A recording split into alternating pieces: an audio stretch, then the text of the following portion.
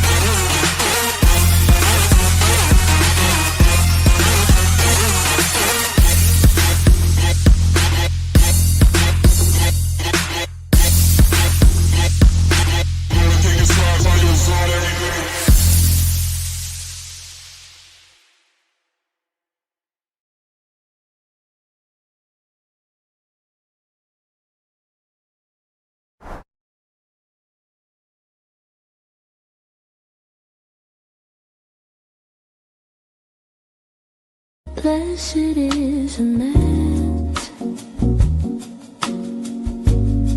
that walketh not in the counsel of the ungodly, nor standeth in the way of sinners, nor sitteth in the seat of the scornful, but his delight is in the Lord, and in his law doth he meditate day and night. And he shall be like a tree planted by the rivers of water, that bringeth forth his fruit in his season. His leaf also shall not wither. If you can't convince your wife to get breast implants, then you can't close. You can't close if you can't convince your wife to get breast implants, because all women want them. It offsets their ass. You got to be able to convince your wife to get breast implants. And if you can't, then you can't close. We're going to take all the breeding age females and bring them to Las Vegas, and I'll distribute them to the men who have changed their names to Corey. No kings, no presidents, no senators, just Corey.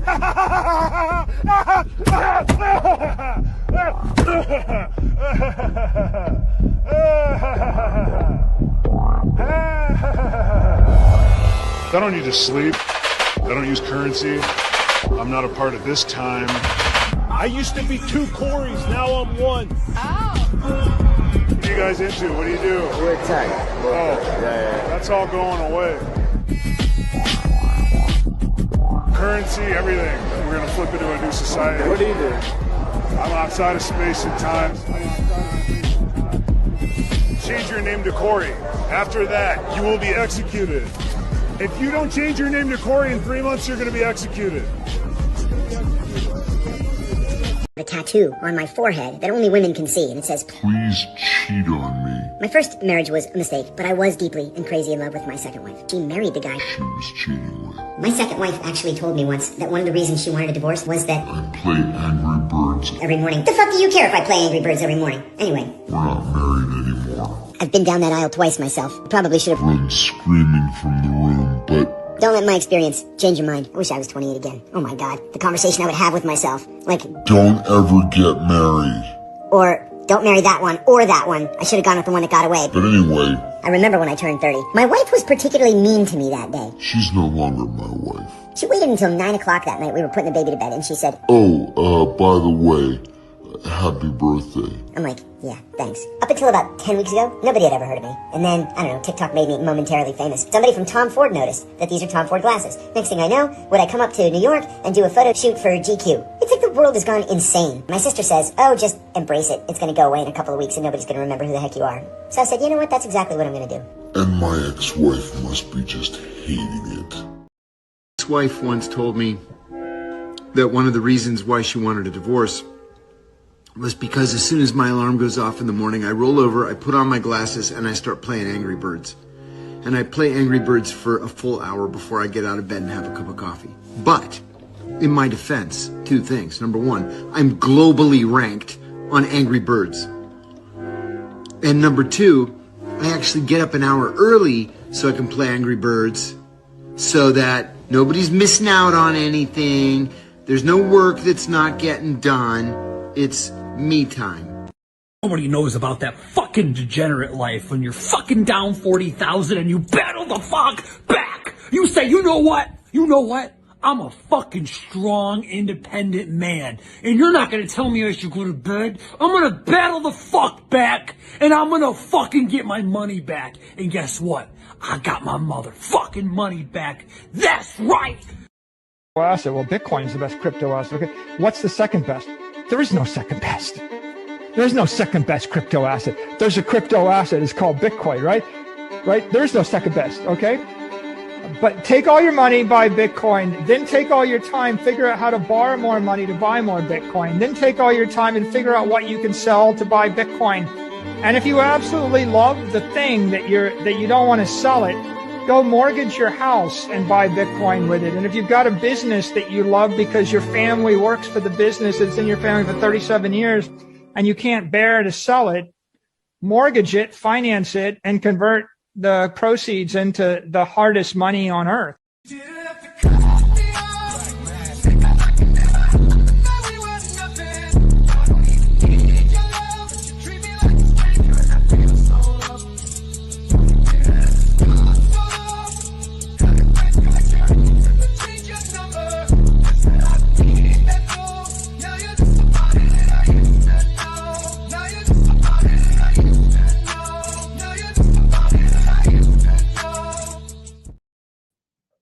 And we are live. What is going on, you guys? Welcome, you guys, to Moongang 213, the Ethereum Foundation Purge. I'm Goldberg. I'm muted. Oh. That was the best Macho Man impression I've ever heard. But no, what do you call it? I was going to say, well, not only are we going to be talking about the Ethereum Purge, but there also seems to be a bit of a YouTube AI purge going on as well here. So I think there's a few people in the chat saying free Charlie, bring back CC, like what happened and everything, right? So on my Thursday, just Too Long Didn't Read version on Thursday during my show, we were about 5 minutes into the memes as Miguel was playing there, and then all of a sudden channels off. And we're just like, what? That sucks. And then basically, we put an appeal in, I think 8 p.m. that night. Nah, YouTube just sends you that auto email. I think it's probably like an AI thing that through Google, basically that just, it's been, I don't know if it's like, just like mass purging a bunch of channels and stuff like that. But like when you go to Twitter, on my Twitter, I put at team YouTube, which is the place you're supposed to tweet at.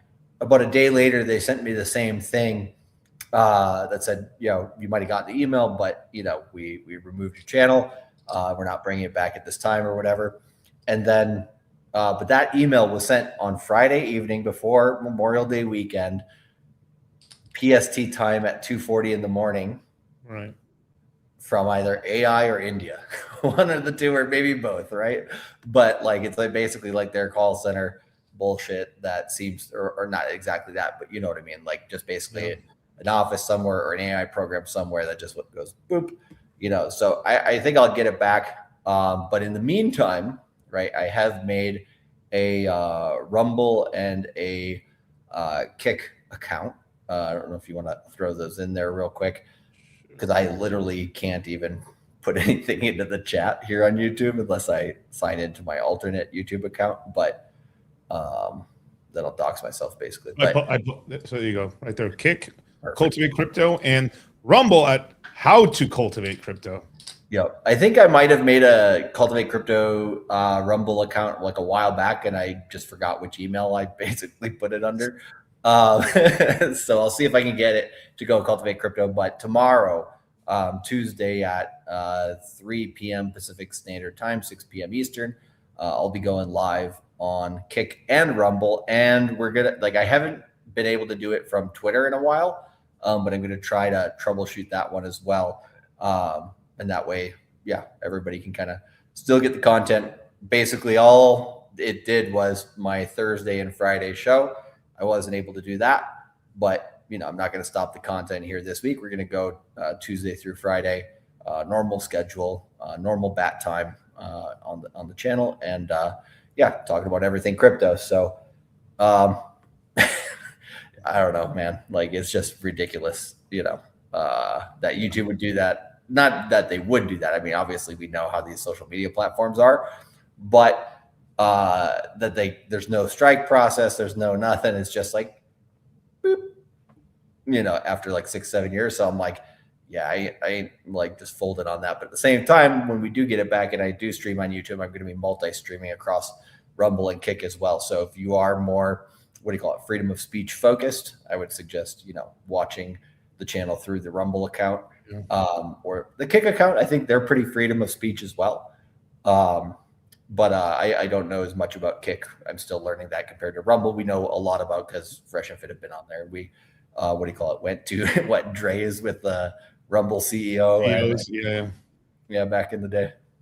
Yeah, we did a little bit of a deep dive. I mean, we were working on the business all day. We were IRL streaming with Fresh and stuff. I did a stream with Rolo, Fresh, and Sartain. It was super funny. The chat was like, look at this assholes wearing sunglasses. There's 3 assholes wearing sunglasses. Then I put my sunglasses on.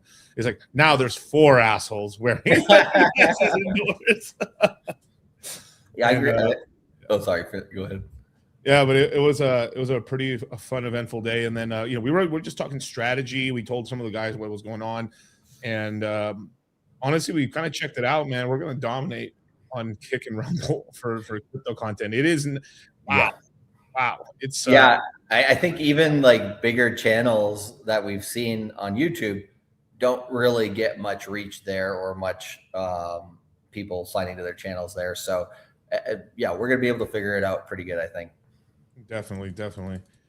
But that's big updates as well. I'll be dual casting, obviously, as long as I have YouTube. I'll keep streaming from YouTube, obviously, but I will be on Kick and Rumble as well. And we're going to try to grow those audiences just to get, and then we're going to also, I'm going to be uploading a lot of my content that I previously have on this channel onto Rumble and to Kick as a backup. Just in case. We learned the hard way. That might be important. It might take Charlie a while. There's 950 episodes. Yeah. What do you call it? There's 900. It was literally on episode 950. So if we make it to episode 1,000, on YouTube, right? That'll be a feat once we get it back. But I did 950 Cultivate Crypto streams. We have done, this is 213. So I've probably done maybe 170 Moongang streams or something like that, maybe more. So that's over 1,000 right there. We had a lot of other streams back in the day too and stuff. So we've done a lot of streaming, Miguel. I think we've gotten. I think both channels have gotten 8 million views, something along those lines as well. So, I guess my YouTube went live, was made in January of 2019, but we went live in March of 2019 at $4,300 Bitcoin. Timing impeccable. I wonder why. I mean, let me look. What was my first video on YouTube? I know I did a couple of. Let me look. Your first crypto video? Yeah, let me look. I mean, I know I did well, podcasts. You were doing Anchor. What was that? Anchor podcast before, right? Yeah. So that was 2020 or no. That was 2019 that you're doing that as well. Cause wasn't it? No, it was 18. So I had a podcast in 2018 that When got deleted. did we do that podcast? Because I remember you invited me to it. it. I'm trying to remember when that was. I believe that was. I mean, I could look it up. Actually, I think I still. Let me see. Want to release the episode to? No, bro. I want to listen to it, bro. I haven't listened to that shit in so long. But we were talking about what, like Fun Fair and something. Yeah. Oh my god, we were talking about all kinds of stuff, bro. Yeah. I mean, you have to understand. We have to talk. You have to, like today, like Zcash, Tau. Like, you know, this is how you give a crypto guy a boner from far away. You like dogs, right? You're like Zcash. Little ears perk up. Tau. Hype. Solana. They fucking lose their mind. I mean, that's all the keywords. Like, do you want to go to the park? They fucking lose shit. Yeah, right. 10,000x, right?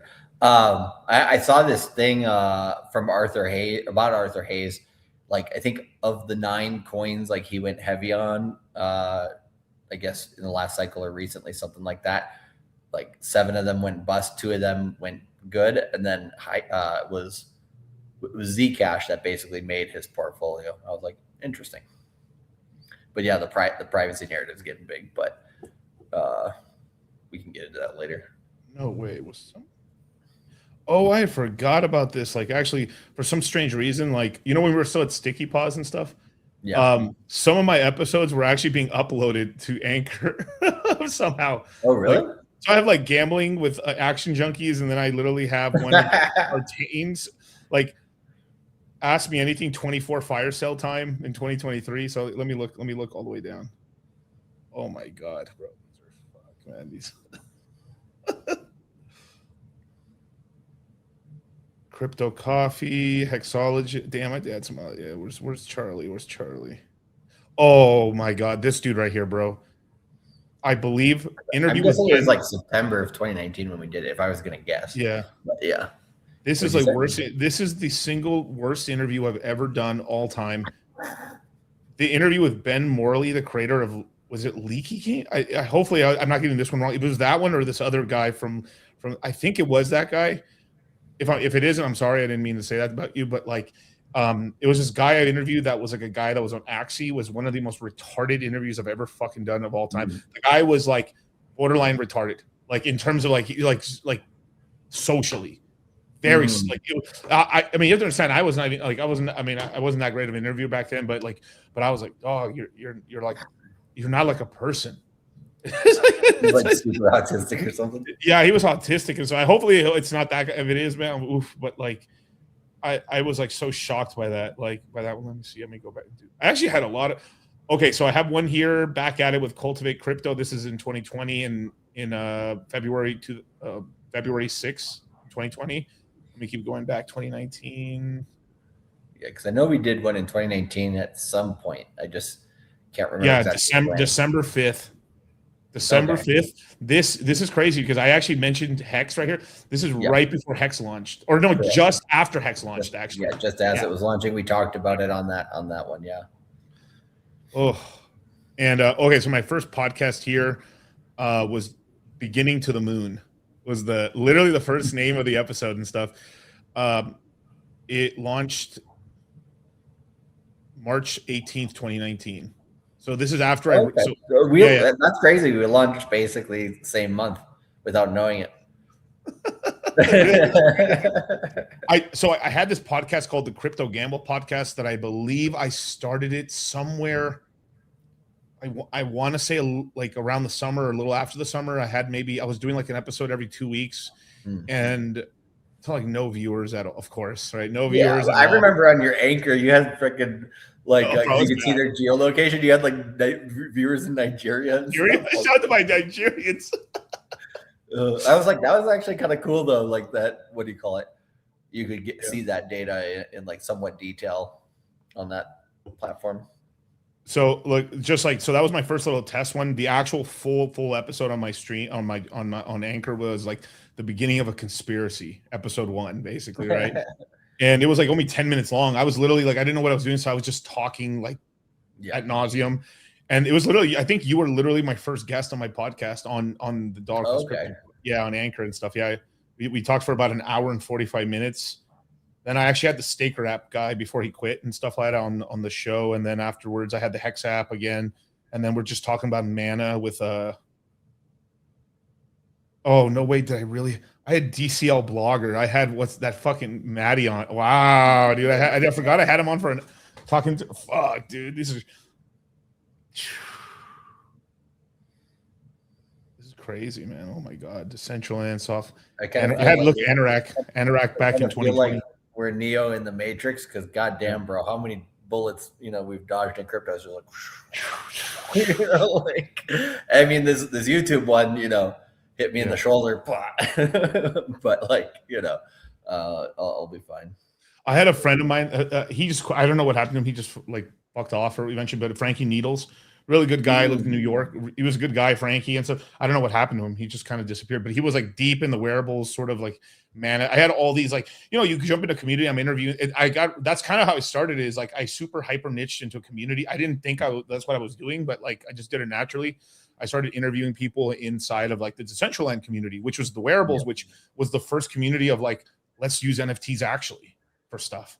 Like, yeah. And then of course, it was supposed to be like, it was the metaverse, but like the technology wasn't there to actually have like the visors and stuff, but like the metaverse and stuff is so simplistic, but man, anyone who held any mana until at the end of that cycle got rich.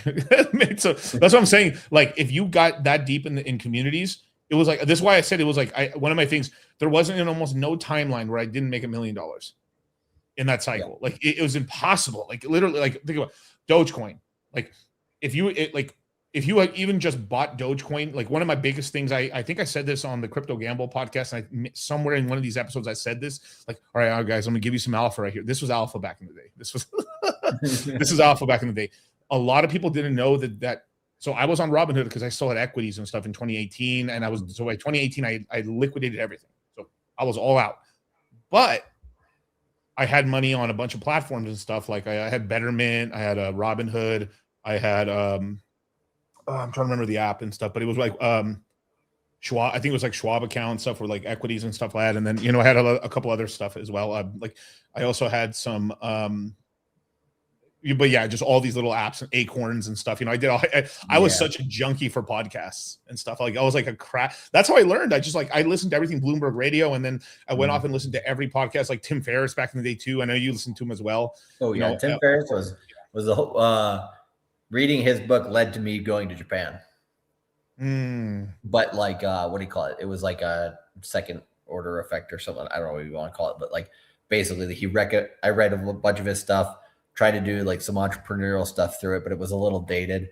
And then there's a book called Vagabond by one of his friends or something. And he recommended that book. And it was about how you can like travel the world teaching English or whatever. I'm like, not a bad idea. But like, apparently if you go to the Middle East, right, you're like basically kept in like a foreigners section, basically. Is like you can only, because you can't drink like, alcohol in normal parts of the city or whatever. So they like basically what do you call it? Have like a little cornered off section of the city for foreigners. And like, you can get paid a lot of money, I guess, like teaching in Saudi Arabia and stuff like that. But it's kind of like, you're like somebody, rich person's like tutor or something, and they keep you in a cage. Like it's kind of wild, bro. Like I'm like, yeah, I'm not gonna do that one. Yeah, no, exactly. Yeah, it's kind of funny how we all ended up like doing what we're doing now, right? It's like kind of like a very meandering path, but and you try to bring everyone along with you as well, but a lot of people just quit it or just didn't see the vision. And some people, it wasn't their jam. They were just, you caught them in the moment talking to them, and then they're like, they went off to like, I remember when I played World of Warcraft, one of my best friends in like World of Warcraft and stuff, he just quit one day. He's like, yeah, I'm just done playing video games. I was like, wow, you just quit? Damn, that's crazy. Like it was imagine like I would just talk to him every day. We like talk for like hours and stuff. And then he's like, yeah, I'm just gonna help my dad. He's a taxi driver in New York and stuff. I'm just gonna help him and stuff. And that's the last I heard of him. Yeah, that was it. But it was like I'm obviously hopefully he's not a taxi driver still.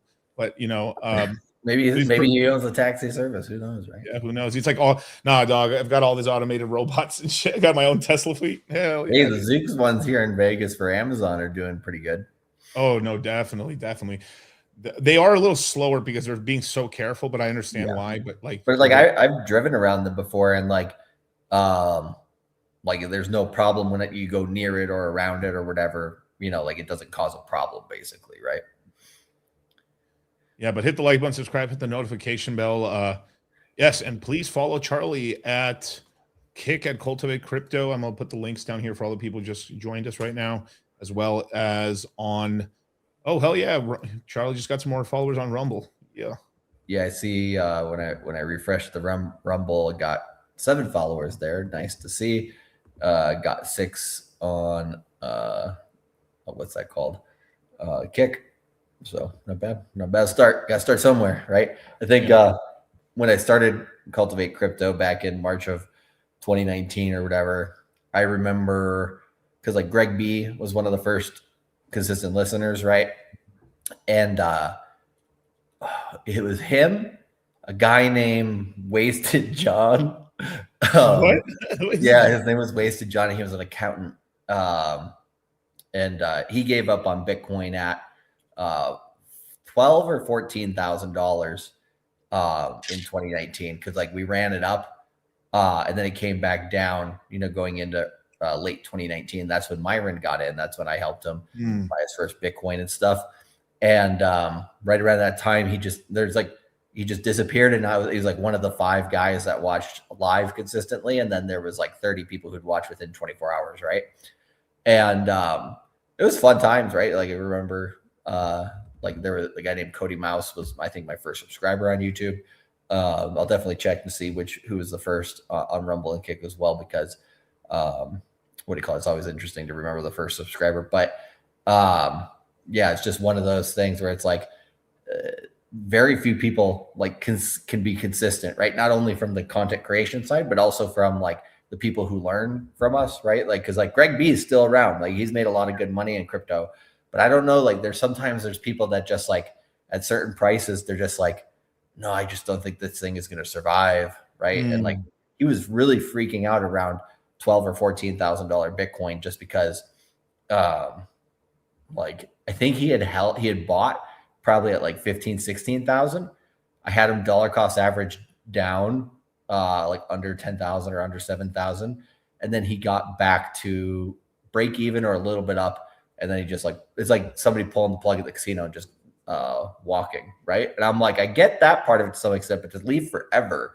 Right. And like, be like, I'm not going to, hold any Bitcoin. And now it's, on a dip and it's $77,000. Like, it's like, oofta.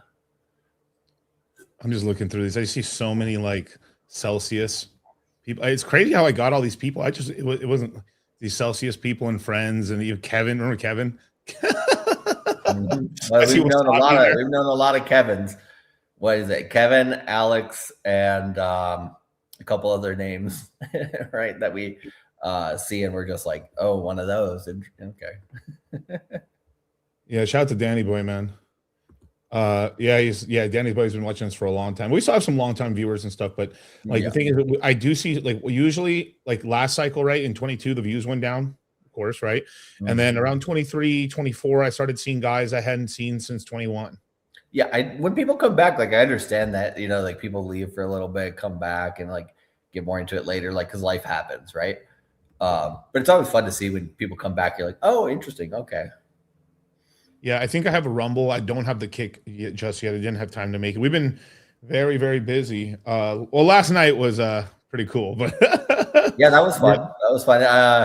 Just like I'm going to have to fight for getting my YouTube channel back. I had to fight to get the bonus on the crafts table that I fucking rolled every goddamn number on, and they wouldn't give me my money. Like, oh man, that was fucking brutal. We had to run a 2-man. Like it wasn't until like I basically threatened. No, okay. Let me not use the word threaten, but like suggested I'm gonna talk to my casino host right now, which is the casino host will tell they're gonna like, yeah, they got your money. Yeah. But me and DCC, what I think is our first time we've hit every single number, 3 times? Yeah, like so. Did you hit it first? I think no. Okay, you hit it first, and then you made a lot of money, and then you had to go. I went to check in. I had to check in. Yeah. You had to go check in, and then what do you call it? As you were going to check in, all the money that I made from that roll, I lost on these guys on the other side of the table. We're all playing sevens. Yeah. All right, I just want to pin it right here for 1 second. Yeah, you know where I'm going. I came back to the table. Charlie's mad. Oh, smash. And I was like, why are you mad at these Asians? Let me tell you. And then go ahead, Charlie. Yeah, they basically all were playing sevens, and they were playing like with a lot of money on the sevens too, right? And like they hit a few times, and I was like betting a little harder because we had won, right? And then you get that jolt going or whatever. But then it was like 7-7. I was just like, motherfuckers. And then like it was just like just the angry roll, right? Like none of them, like they stopped betting on numbers, right? And then I just through the whole thing or whatever. And they were just like in shock. They were like, because you rolled and they were there for your roll. And then when I rolled that, they were just like in their heads, they're like, statistically speaking, like I've never seen two guys basically roll together that, rolled all the numbers basically almost back to back, like within one rotation. Oh, Toshio, Japan. No, they were, I think, Chinese and maybe, probably Chinese. It looked Korean-ish. Some of them look Korean. Kind of like, or like maybe Southeast Asian a little bit somewhere. Those ones are sometimes harder to pin down, but Red Resorts World is Singaporean, I think. Really? Okay. Yeah, it's a Singaporean company. But anyways, so like they were just like in shock, and then we took the money and ran there, and then we went to that other table a while later. That was like an hour later or whatever, and then I hit all the numbers again. But the guy who was the dealer was putting the chips on the bonus, where if you hit all the numbers, basically for like $15, you win like $900 or whatever it is, right? And $1,200 basically, $1,100 basically. So, yeah. And like, what do you call it? I'd had the bonus there the whole time as we went around, and when it got to me, roll all the numbers, I'm like, "Where's my bonus?" He's like, "You don't have it." I was like, "Fuck, I do." I will say one thing, not in their defense, but like the action moved away from the table we were at originally, right? Because that table we were on, we like after I kept having to leave the table because like what did I do? Like I left the table again because there was some problem at I was getting. I was hosting some people, so I had to give cards and stuff to people and stuff and all that stuff. And then when I came back, Charlie was on a different table. Cool, we were setting up again, and there's this one dealer at Resorts World that's a fucking retard. We've had like a problem with him in the past, and we saw them when we were playing in that first table. We're like, oh, there he is. Because they do little funny tricks sometimes when they think you aren't paying attention to like take an extra $5, like. Or what do you call it? Or like not pay you out on something, like see if you notice. And I'm just like, every time that any of that little shit happens, it pisses me off. But then like you roll every goddamn number, everybody at the table is having a great time, and I'm like just pissed, but what I think we got it done by the end of there or whatever, and then we just left. But it was fun regardless. But yeah, I think that was the first time we've hit that many, basically almost back to back. Yeah, I'm trying to share the account right here. I have my Rumble pulled up, and I'm trying to see how to share the link somehow.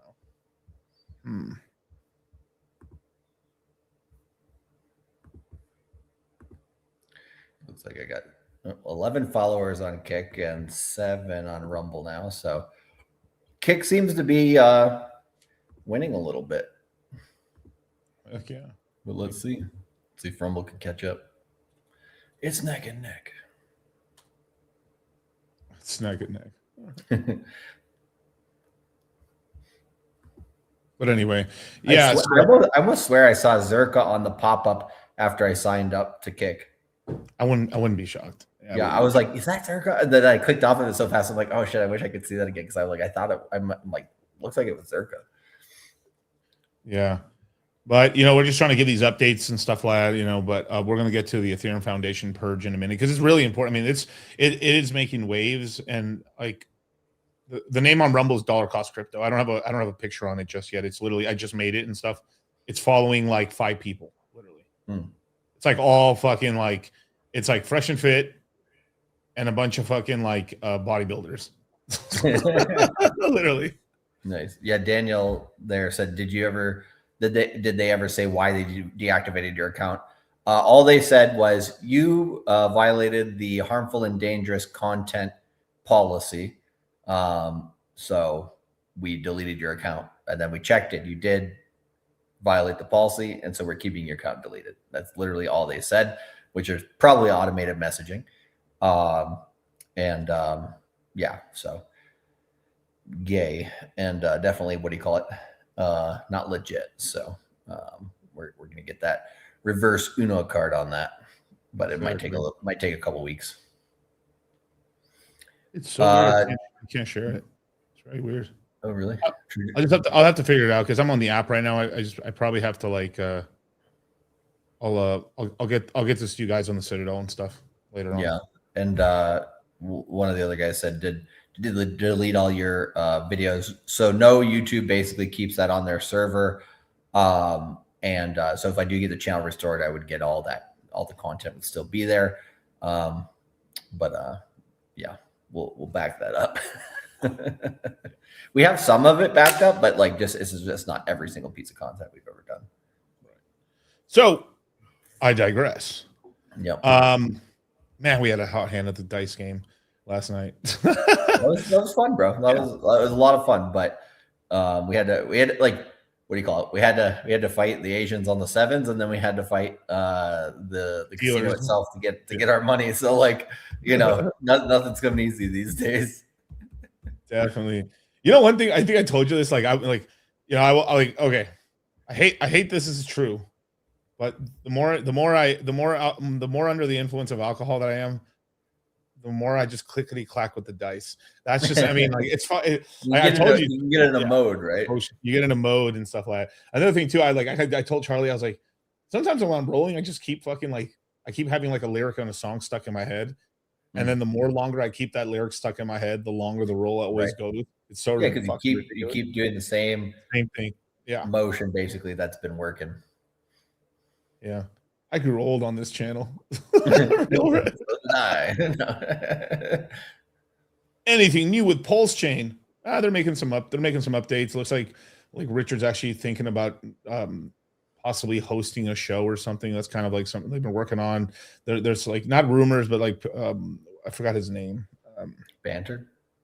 No. Yeah, there's a banter interview. Possibly that's in the works. And then they're talking, and then sort of like there's been like some people in the community trying to convince Richard to basically make like a podcast, like his own serialized show or something like that eventually. Yeah, that'd be great. Yeah, so hopefully he does it. In terms of upgrades, nothing much really, because like there hasn't been really any substantial upgrades to Ethereum. There has been some like speed processing updates have happened to Ethereum, but like it's not really needed on Pulse Chain just yet. But yeah, so it's going to zero. The thing is, look, Bitcoin, even though like right now we're in a bit of a, like, I'll call it a spring as an example. Like we crashed to 59K, we flash crashed to 59K, we've rebounded up, we were in the 80K range, everything's happy, things are starting to boom up again. We're back down to like what, $77,000 BTC, $76,000 Bitcoin, and we still have like gone up enough where like there's things like Zcash pumping and what hype is going off to like close to its all-time highs and stuff like that. But BTC retracts back another 5-10 grand. It sucks all the room out of the table. And I don't care how bullish, how much Nansom or anybody else fucking talks about a coin, it's going down. I don't give a fuck. It's going down. And Bitcoin's still here, just to give the general data. Bitcoin right now, it just started day 58 of its 60-day cycle. The most recent low, I think it went down to 74,000, and that was on day 55. But I think we will chop around a bit, but we'll go a little bit lower, possibly into the end of the month, very beginning of June. So maybe a week to 10 days max, right? More downside before we do get a bounce, and then it's just a matter of how high is the bounce go. So we've hit 74. I wouldn't be surprised if we hit somewhere between 71,500 to 72,500 for the 60-day cycle low on Bitcoin. I wouldn't be surprised by that. The one thing with Ethereum is it basically canceled out both of its buy signals on the CC algo, and now is technically gone just below its lowest sell signal, which means the sell is re-engaged right now. So I would say who's in control for the rest of this week? I think the Bears are still in control. The Bulls will have to take control back, though, pretty much right away in June if we want to hold up decently in the summer and not go down to that $1 trillion Bitcoin sooner. So that'll be something to watch this week. But I would say now that we're on day 58 of the 60-day cycle, and we kind of know for Bitcoin that pretty much I would say anything under 77,000 is cheap. And then anything towards, 71, 72,000 is mega cheap. Like starting a laddering in on Bitcoin here or Ethereum. Ethereum's a little bit, basically Bitcoin's still like in a more positive trend and so you can basically dollar cost average in at the end of a 60-day cycle low, get some upside once it rebounds. But Ethereum will just basically follow Bitcoin. So if Bitcoin starts rebounding, Ethereum will stop the bleeding a little bit, but it might take a little while for Ethereum to kind of follow Bitcoin too. So like Ethereum, Solana are more on the ropes than Bitcoin is, just because Bitcoin kind of has a little bit of a better pattern, has had more play as well with, everything happening macro wise. But the S&P is like at a new all-time high and crypto's going down. So they're kind of inversely correlated at the current moment. Oh, you're muted. You're muted. Damn it. Well, it happened every stream. But and then there's also like cabals of people and shit, and I'm literally mean cabals. Like, obviously there is, I'll say allegedly on this, but foundation, like Solana Foundation, allegedly, they have a list of influencers that they're friendly with, and they're taking this opportunity to all gang up on Ethereum, basically. Yep. And this is what happens and I mean this for BTC as well. Any fucking coin has a bad cycle. Like, let's say it's not like vaporware, and it's like it does have a community, and it doesn't, like, even Pulse Chain as an example, right? Mm-hmm. Pulse Chain had another back-to-back bad cycle. It's over. Yeah. Sure, you might have some people like, oh yeah, I still have my coins, but I don't know. Hopefully it's good, but I ain't paying attention anymore. Like you moved off or you sold everything off. Who cares? That's what'll happen, right? If you and this is only if it had a little bit of run and it didn't break its all-time high, or maybe just got back to its all-time high a little bit, it just had a disappointing cycle comparatively, didn't make new all-time highs. That's what happened. So that's happened to Ethereum a little bit, right? But it's in such a powerful position. There is things that happen to it. Bitcoiners can talk from a very high vantage point because it's always gone up every cycle. I like all this Bitcoin talk. The reason I do laugh at it is because I've seen community, I've seen one cycle where the coins do fantastic. I look around, and then second cycle doesn't do so great, right? Bitcoin's always had very good cycles. What happens if we have a 4-year cycle where it doesn't do shit?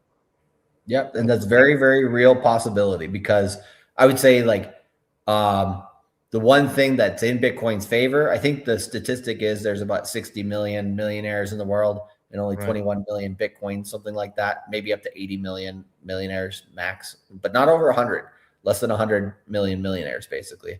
And so just because adoption is still early in that regard from, larger players, the scarcity of it itself should probably, should lead to good gains, even if it's not crazy, maybe it's a double in the new all-time high, right? Something like that, right? But which would be what, $250,000+ Bitcoin, something like that in the next cycle. So it doesn't have to go crazy, but it should stay steady, especially as Wall Street pours money into it. But what happens with the Clarity Act here in June will kind of determine, how hard Wall Street gets in over the next 1 year. And if they have to go a little slower because there's not much regulation, then I would say you're probably going to get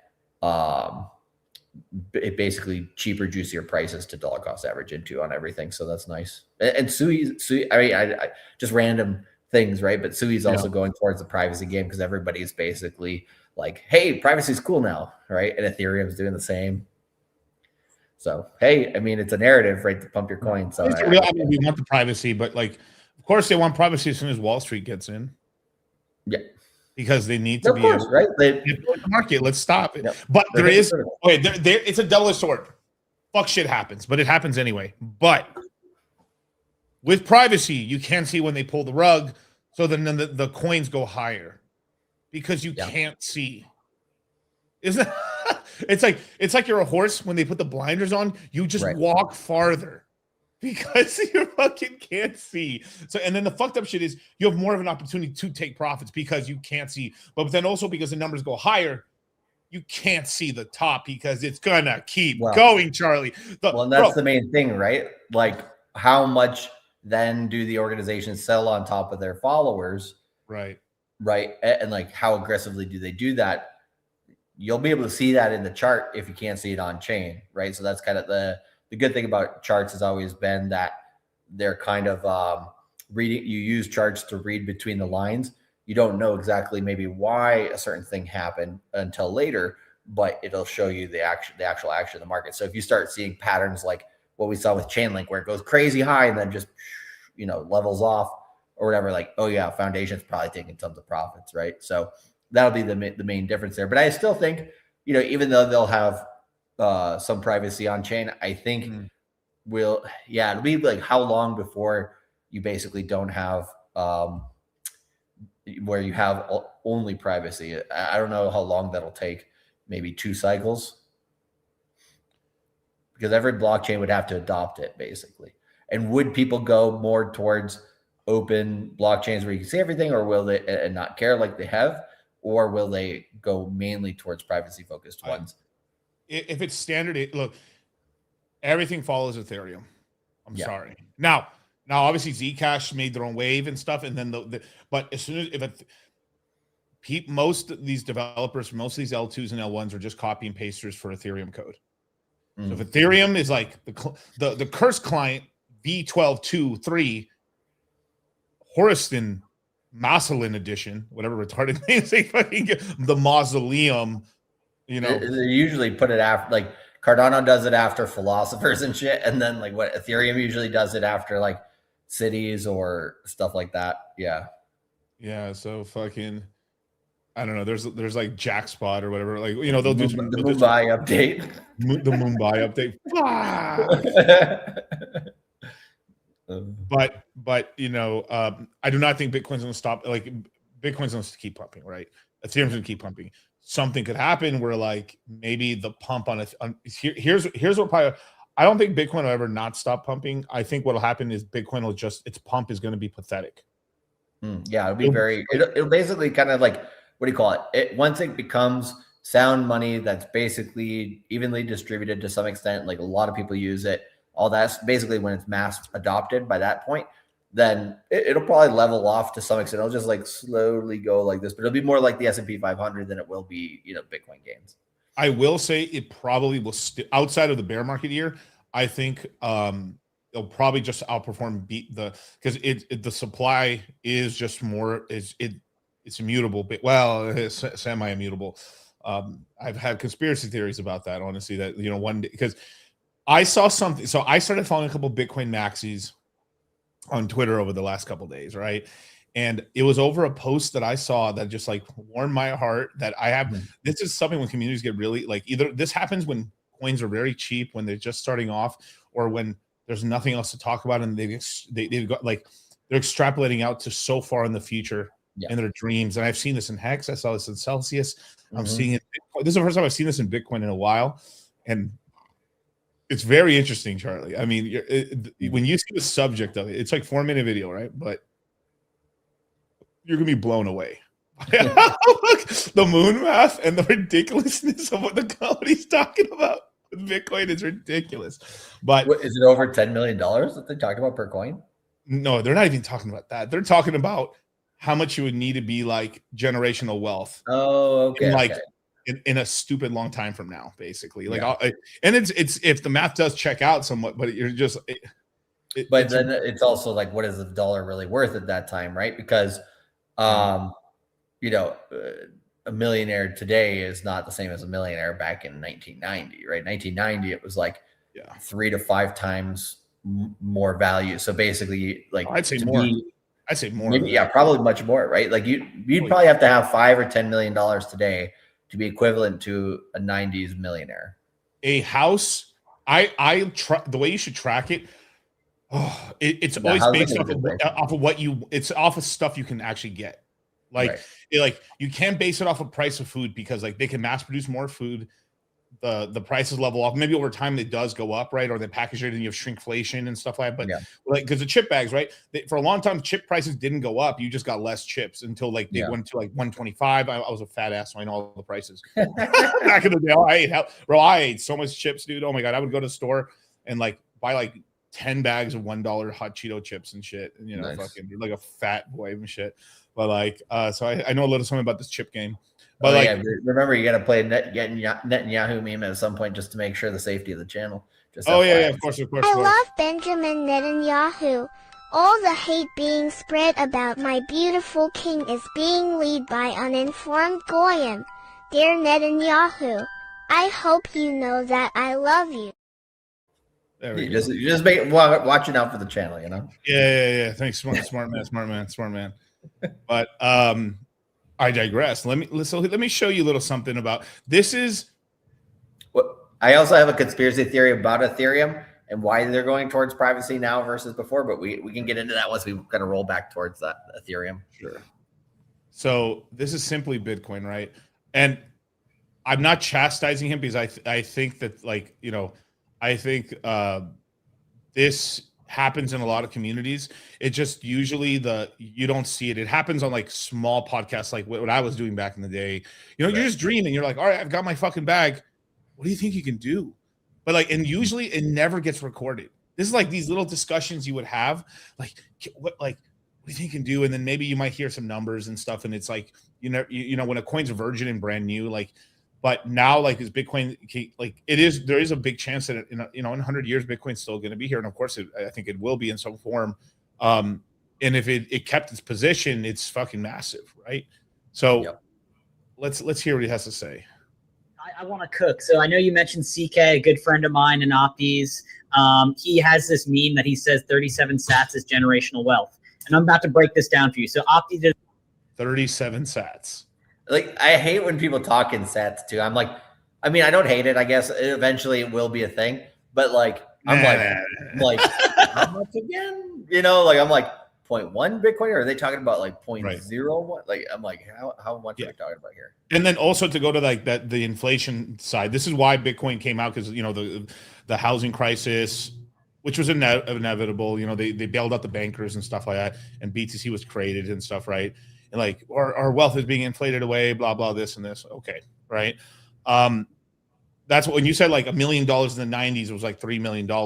It's more than that, because at least like that's what all the inflation numbers are wrong. It's that's the inflation they tell you about, right? Yes. Like the inflation they don't tell you about is somewhere between that 5 to 10 at least. And the fucked up thing is everyone has a different inflation as well. Yeah. Like, you may live a simpler lifestyle where like the products you buy don't go up that much. You're like, every person has an individual inflation, but if you put the average person and what an average person actually wants, I want a nice house, I want some cool cars. So you base it off of that. I remember in my local area, right, where I lived and stuff, right, the town I grew up in the 90s, you could have bought like a really nice house for 50 grand. Oh yeah, well, like 80 grand. I would say around. Yeah, I would say like based on like where I grew up and everything, because it was like rural Minnesota, not rural, but it's like Minnesota, small town, nothing crazy. I would say the house that I grew up in when I was growing up in the 90s was probably, like, if it was to go on the market, it would be like $150,000. Yeah. I think now that same, I know when we sold it, like after I graduated high school, we sold it for something like maybe $200,000 or $250,000. I think it's almost like $450,000 probably now, almost $500,000, just from that time, right? So like, what? Let's say 125 to for 500,000, something like that. Like, that's a pretty big shift, and that's like not in a big city, not like the city has grown, I would say, in population, of course. I think it was 60,000 when I grew up, and now it's something like 100, 120,000. So it maybe doubled in size, but it's not going to have the same like crazy, effects on real estate like somewhere in like Vegas, right? So, yeah. So like Oh yeah. Also, like if it isn't a rural part, like if it's not developed yet, then they got developed. That kind of skews the numbers as well. We're like, so I like thinking of a city that like is basically there still. Of course, you're gonna have the houses that are gonna Yeah, I get mean, my house there was, I think, Yeah. built in like 1910, so it had been there for pretty much like 80 years by the time I was in it.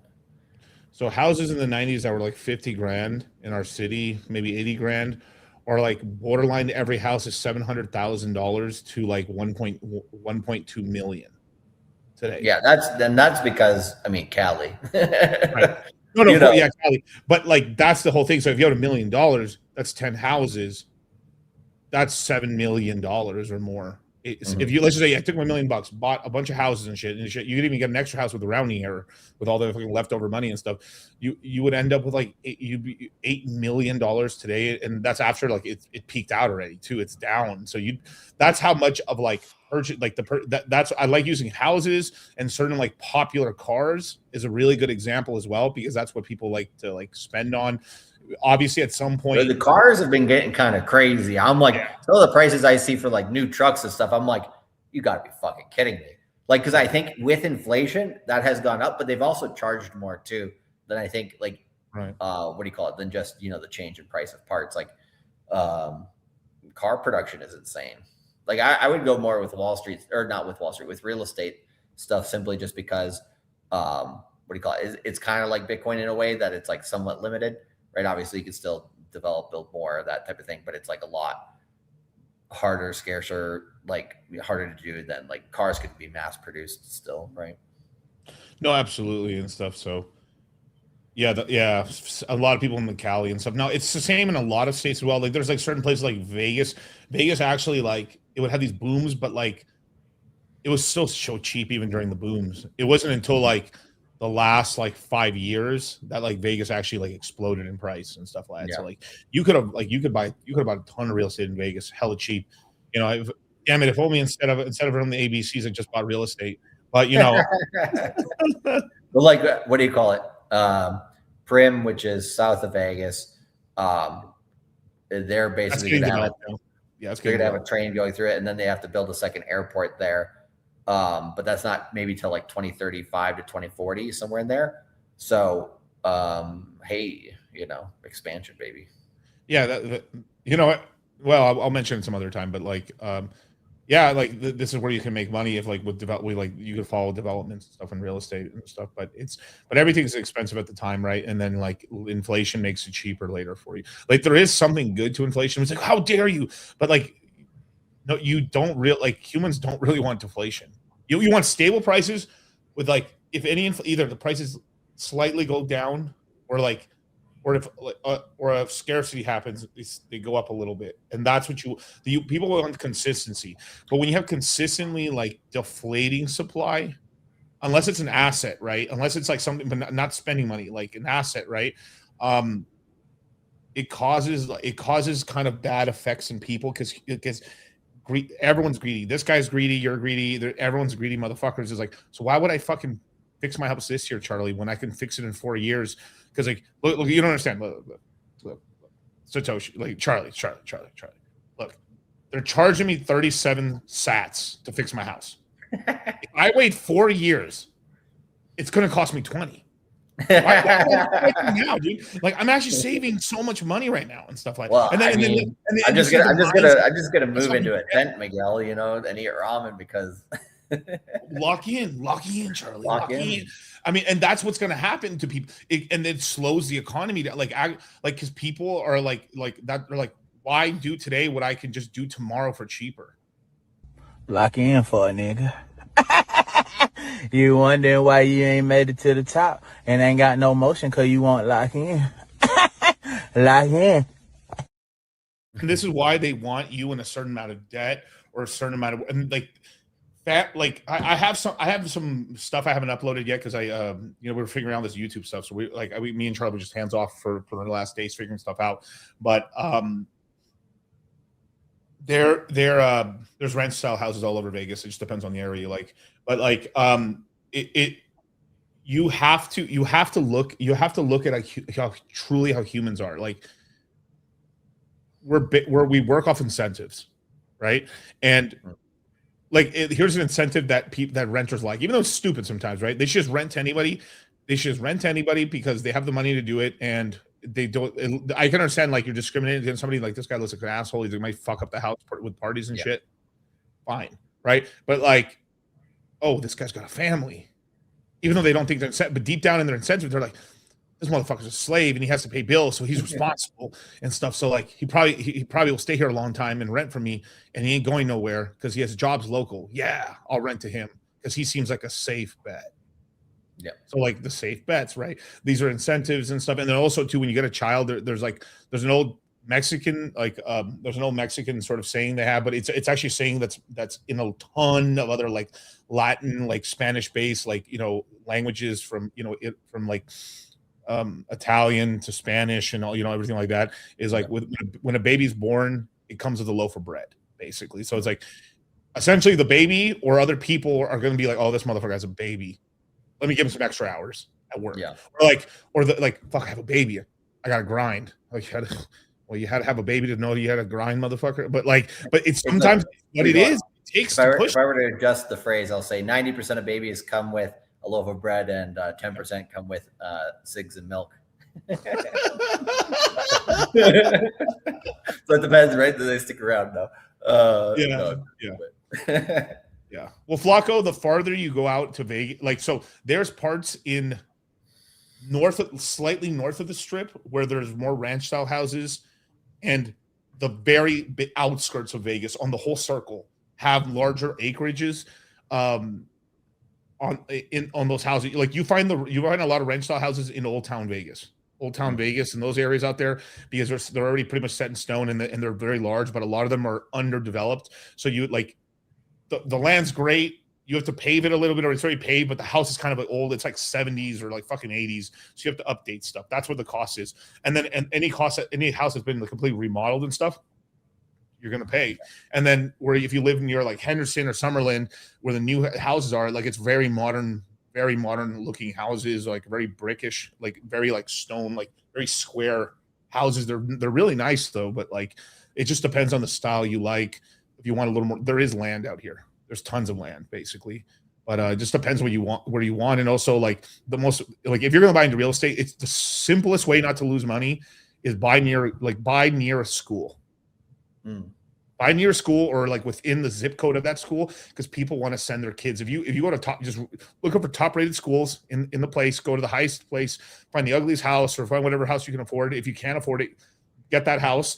And those houses maintains. Like there's a real estate channel I talked to a little bit here in Las Vegas, that he's like, the houses that were near the top rated schools in Las Vegas didn't even go down. Yeah. They stopped going up. They slightly went down a little bit. They're back at the same prices as 21. Yeah. It's because they're so limited. They're so limited, the amount of space in these neighborhoods, and it's very high quality. It's families that want to walk in, so there's bidding and stuff. So people are just waiting for a spot and they nab it. So like sales only slowed down 50% on these houses, but the sales price is not going down at all. Versus other parts of Vegas, you're down. Some really bad places like in Vegas are down maybe like 35%. 40%. It just depends on the nicer the area. Like honestly, like because people want to live because they have families. If they understand, like millennials are getting older, they're like they can't live at the mom's house forever. They're like, I got my girl pregnant. I have a kid. I've been living at my mom's. Like, and it sounds like terrible, but no, you understand. Some people like it's just like they can't get a house, or like there's a lot of circumstances and stuff, and they just don't. And then also sometimes it's like I just like, or other people like they're responsible, but they have an apartment and they just need bigger space. And now like it has like the buck's stopping now. They have to enter the housing market. There's no choice, basically.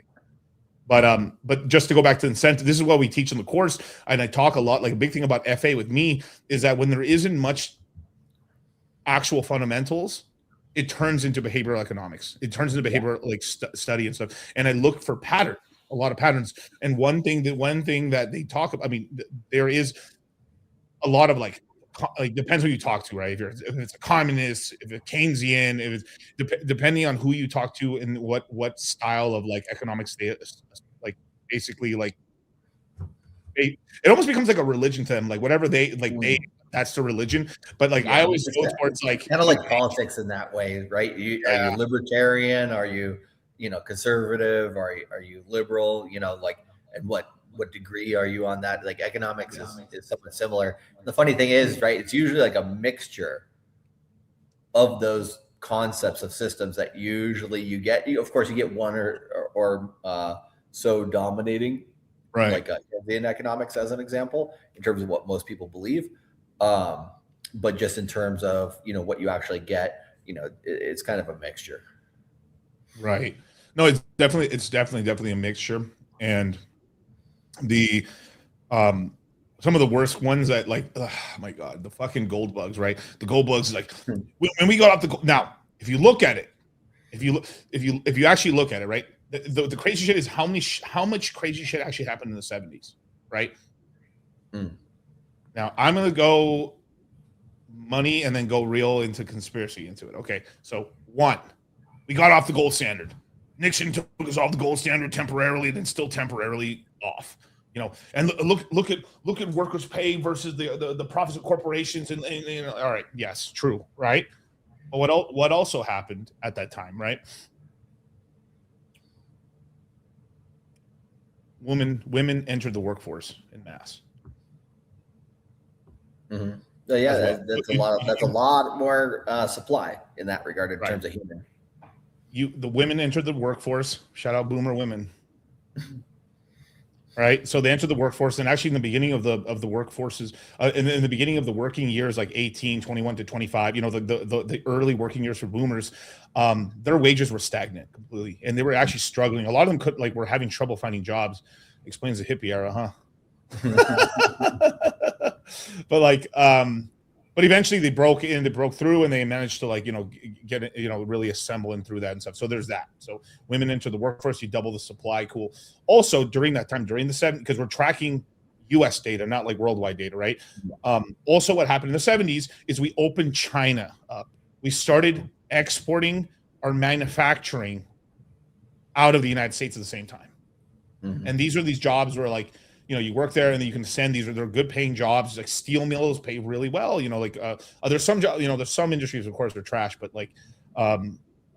these certain industries and actual manufacturing pay pretty well. And then if you can actually get promotions to these jobs, you can get paid very well. At the time too, America also had we weren't a country of 401ks, we were pensions as well. So you have guaranteed retirement payments and stuff, which we shouldn't have gotten away from, really, honestly, because you leave human nature. Save for tomorrow or spend for today. Why save for tomorrow when I can play it on the craps table today, right? Because you don't know today, Charlie. I could hit big, dude. I could hit big today, and they'll have more to save for tomorrow. You're true. Probably be safer to do that in crypto if you know what you're doing. But alas, I don't. Because Cultivate Crypto isn't on YouTube anymore, so I don't. Yeah, you just lost. He's now on Rumble and Kick now. Speaking of which, right? Just as a side note, right now it looks like Rumble's at 24 subscribers and Kick is at 16. So Kick's got a little catching up to do. It's like what do you call it? Rumble's kicking Kick's ass. Yeah, Kick was the leader, then Rumble's rumbling, and then we'll get some back and forth here. Rapid Unchained, women joined the workforce and did basically cut the man's salary essentially in half. And exactly. So and also increased the tax base, separated the family. It caused a lot of problems as well. Taxes, then for sure. They also what also happened was there was a lot more immigration that happened as well. And the immigration now, the thing is, you don't know, because a lot of the people who did all this evil shit are actually smart and they rely on actuaries. Believe it or not, a lot of the guys that evilly plan consult insurance companies because they're fucking incredible with they can tell you the number. Oh no, bro, Charlie. They could probably just by a couple things in your family do this. They're like, oh, you're gonna die. You're like this. You're average. You're gonna die right here. Yeah, you're gonna die right here. Do you drink? Do you smoke? Do you do any of this stuff right there? you know, and then they could tell you like your average age is this, but you know, but looking at your family history, like they live pretty long, you're probably going to make it like this, but you'll be more likely, like, I don't know, get a heart attack or stroke versus this, you know, that's what they'll do, right? And but statistically, they'll look across the whole board, and I'm telling you, like, they know what they're doing. They knew what they're doing in the United States. So United States, I secretly was part of the Illuminati, doing all that crap and stuff, like the IMF, but the United States always secretly didn't do it, like, so. They pushed all this crazy feminist and kind of agenda stuff across the world, but then still, like, one thing the United States did is like they still imported like a lot of like immigrants into America, which offset the feminine, like, it's, you know, if a woman enters the workforce, the workforce and the creation of the what do you call it, the pill, drops the birth rate. But we had essentially immigration that happened here in the United States in the 70s, 80s, 90s to the 2000s that offset and increased the population, and then those people had babies, which, like, you know, stopped it from completely going off a cliff. Versus in Europe, they have literally 50, like, as a percentage of their population, right? Like, they had 50% less millennials. Compared to us, if we equaled up populations, everything, like, they just fucked and had less kids. Well, they made it so fucked, but like they had 50% less kids. We offset that by, because like everyone's family. If you look back at like white families, Mexican families, we had more massive families because we had farms, right? So as we don't have farms anymore, it shrinks down because kids become a bit of a luxury and stuff like that. But they're very important. Yeah, well, and inheritance tax is also one of the reasons that fucked a lot of people out of their farms, because they, what do you call it? They get it. It's not as profitable as it used to be. You know, they have more competition, and then they have to pay, you know, to keep the land on top of it. Then they end up selling off to the corporation. So it's like, damn, you know, like keeping that generational wealth is really, really, you know, can be really difficult. The thing I always find funny when thinking about stuff like that is Rockefeller and John D. Rockefeller and what do you call it? And Vanderbilt. Vanderbilt. Okay. The two super rich families at the time. Vanderbilt was actually, like, what do you call it? Way richer than Rockefeller, you know, earlier. And what do you call it? Yeah, basically, like, if you go through the family history, like, Anderson Cooper is the last in the line of the Vanderbilts. The only reason why he has money is because he basically had connections, so they gave him a job at CNN. And make, you know, himself a personality, right? But he had to work for it. Versus, you know, the Rockefeller families are still pulling strings in the background. And one of the big differences between those two families was basically the Rockefellers, you know, taught their kids accounting, like, or the basics of accounting, which is interesting. But yeah, like I think ultimately, you know, that's one of the reasons why people like to hold their savings in Bitcoin long term too, at least the people who understand it, right? Because you can, like, for the money you are actually going to save, right, and not spend, you know, for the long term. Like, for example, like, anybody now who's like, I'm going to put my whole kids, you know, college money, you know, I'm going to put $1,000 in there, you know, for their college money, $1,000, you know, a year or something like that, and then I'm going to get, you know, high yield savings account on that, and my kid's going to be able to go to college. And it's like, yeah, you used to be able to do that, not anymore, right? And so I think, you know, just buying Bitcoin and Ethereum in that same manner instead of a high yield savings account, it's going to yield your kid when they get to college, you know, 20 years later or 18 years later or whatever, a hell of a lot more money to basically start out their life. So, you know, if you view it in that way, I would say some of their argument, probably some of those kids' arguments for Bitcoin maximalism in that sense do make sense, right? If you're looking at that long-term arc, but kind of like you said, like, in terms of, you know, your day-to-day or month-to-month, like, you know, being minimalistic too much, I would say, with kind of like, what do you call it? It's better to, like, be a little bit more aggressive than more minimalistic, in my opinion. But a lot of people are lazy. Yeah, I mean, a big part of it too is just like aimless. Like, I think a lot of people have had a goal, like a set, a clear goal, or like know that like sometimes people have a secret goal, they just don't allow themselves to say it to themselves. Like, no, how could I ever be a millionaire? Like, I make no money. Not like, it's impossible. Like, when they believe that money is evil trope that, you know, people try to teach kids in the young age and stuff like that. It's like, no, like, how you react to large amounts of money could be bad for you, of course, right? but it's not money that's bringing something internally out within you, basically. I do find it funny that Pyramid Scheme said this. You need a well-rounded portfolio that fundamentally includes crypto, tax-free savings accounts, IRAs, etc. Right? So if you follow it, yes, but here's so in a way, if you focus on that, you'll end up buying yourself the lifestyle that you're already accustomed to in retirement, or maybe 70% of it, basically. Right? If you're lucky and it really wins out and stuff, you might even have like twice the better of the income you had while you're working, and then you just enjoy retirement and stuff. But usually, like, people are not putting enough money away. The people who this works for are people who, like anything, like people who focus on crypto or stocks only or real estate only as their career and stuff like that. They're hyper focused into that. They're going to make sure. So like the FIRE movement and all these things, like retire early and stuff, or they work because they're actively thinking about it all the time, and they're fucking massively working a bunch of hours to put a ton of money in all the time. And because they're on a goal and they did it, like where it really works out is like maybe someone could chill off a little bit later, but like you hyper focus the first 15 years, it's massive if you're putting in money into it. But the thing is like that's the unsexy part is you're not gonna have the money in the Instagram or any of the stuff you want and shit, or even like I need money now. Yeah. Right. And like crypto can give you that, but even crypto is like it's a 4-year thing versus like it's not a it's not it's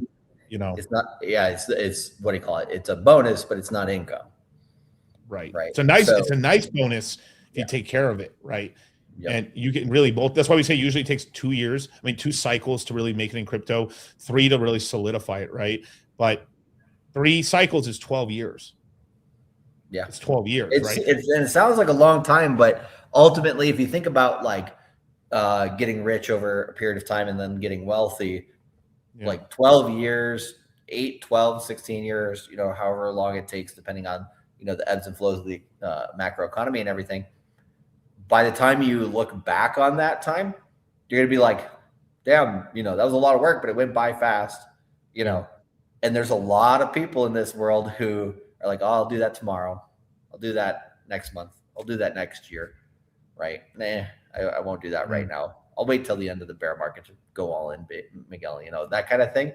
And they put it off so much that partially because of laziness, but also partially because, they're probably focused on a lot of other things at that particular time.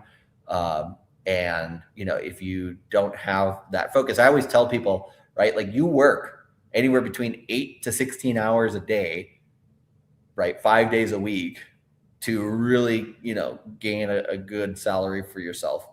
You're not going to take, like 30 minutes a day, an hour, 5 days a week to learn how to manage that money properly so you have some down the line for yourself or for your family and stuff like that. Like that's always blown my mind because people don't get taught finance, so they do have to teach themselves. It's a little hard, I get that, but then at the same time, like, if you just let that slide over, years or whatever, it just kind of becomes hard. But like, the younger somebody can kind of do that and really kind of understand that, like the more likely A, they're going to make money sooner, faster, but then B, they become so good at it by the time they get into their prime earning years, which is usually 25 to 55, or if you want to make it narrower band, like 35 to 50. During that time, especially the 35 to 50 period, then they're going to be cooking. Right? They're going to be doing really well. They're going to be compounding like crazy. But if you didn't learn anything about finance until like you're 40, 50 years old or something like that, like you're cooked. You're not cooked, but compared to where you could have been, like, big like Pyramid Scheme is like I've reached my tax-free savings account max. I'm 35 years old. No, I've got 35 just to watch it multiply with no more investment needed. I can withdraw it all tax-free. Yeah. Nice. But here's the thing is like you're kind of proving the point. You're a person who's hyper focused on that. So like if minus 35 years, what does that mean? You mean you're probably in your late 20s to maybe early 30s, basically, in terms of like you got 35 years left. Because what do you have to be like 62.5 to pull it out? Unless it's like unless you already like paid the tax up front and then like you're good on that. But regardless, you're already type person, like you're already an outlier. That's what I'm saying. The people who watch the show are already outliers. Like almost nobody. Oh, yeah, shit. Even when I'm wrong, I'm right. Damn. Dome, son. But like that's why you're locked in, right? Yeah. So you've maxed out this thing. Now you're on this channel going like, all right, I got this little side money. Let me see if I can multiply. Because here's the thing. This is the one bad thing about the retirement accounts is that most of them you can't really withdraw without taking huge penalties. It's a big pain in the ass. And it doesn't really increase your lifestyle or improve your ability to get pussy, and it doesn't improve anything until later. Yeah. It's not for today. It is for old you, which is good, but new you needs to have some fun and needs to like be able to get a woman and needs to like actually be able to provide for the family.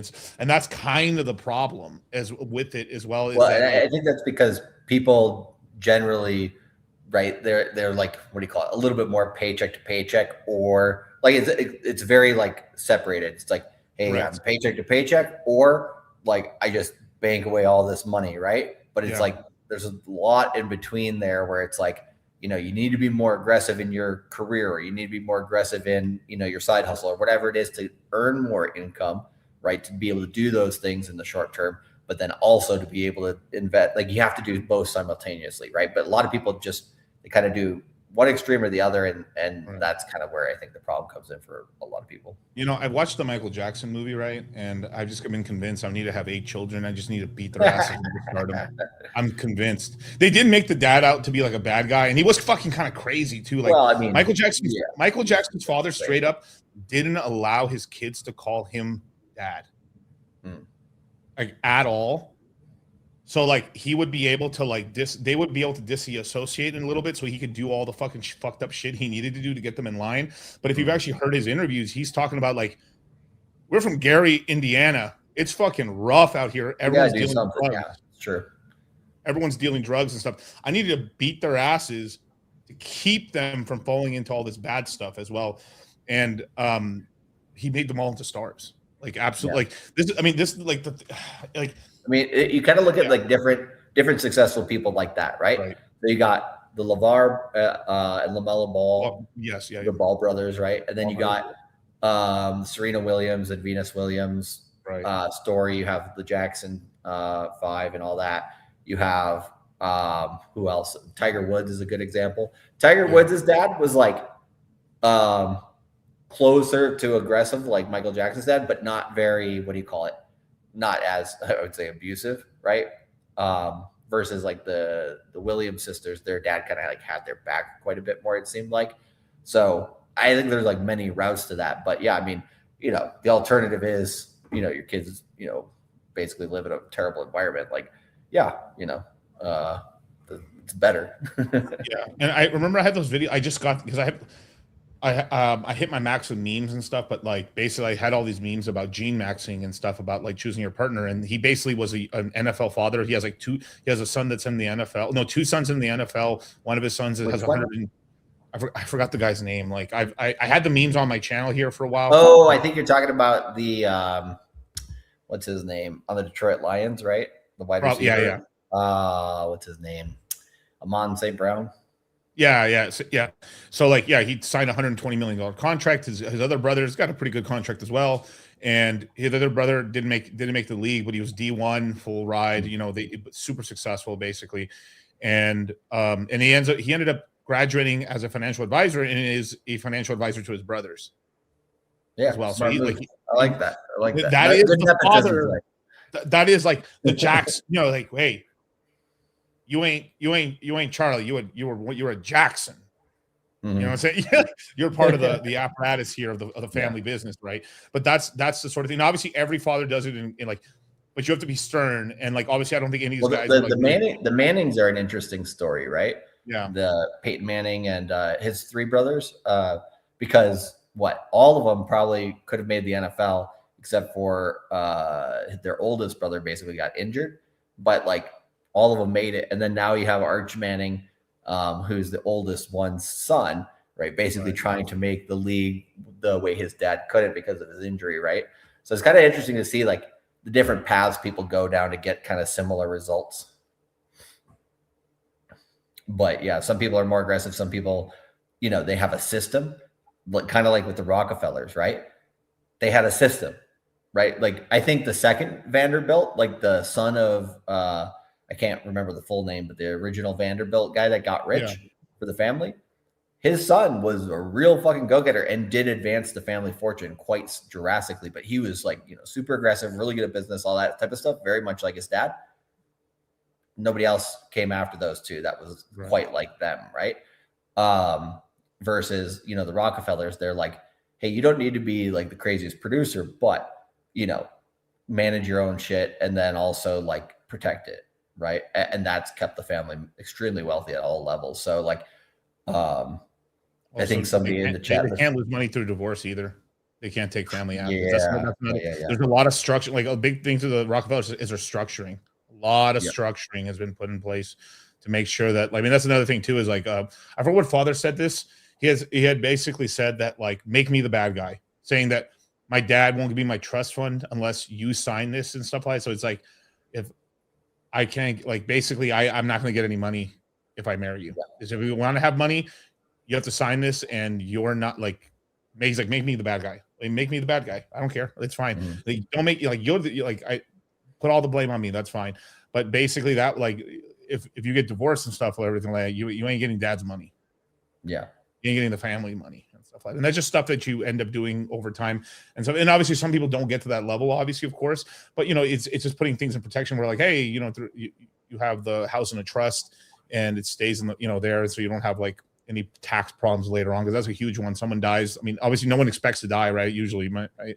So, and if things aren't set up right, you might have a $300,000 tax bill, and you have to sell the house now. I mean, it's fucked. You have to sell the family house. It's the same thing with the farms we were saying earlier. Yeah. But I mean, going back, kind of like leading it to Bitcoin, Ethereum, the hard thing I think with that is, like, for inheritance with crypto is just, at this point, I think it'll change in the future, but at this point, sometimes, like, what do you call it? Like, the kids might not know, like, okay, how do I, you know, basically use crypto, right? Like, that's been a thing that, you know, has been hard for people over time. I think that in the next 10 years, that's going to change massively, right? But then also where people actually store their wealth is going to shift, because a lot of people will trust, you know, Ledger as an example, right? And then get their ass rugged.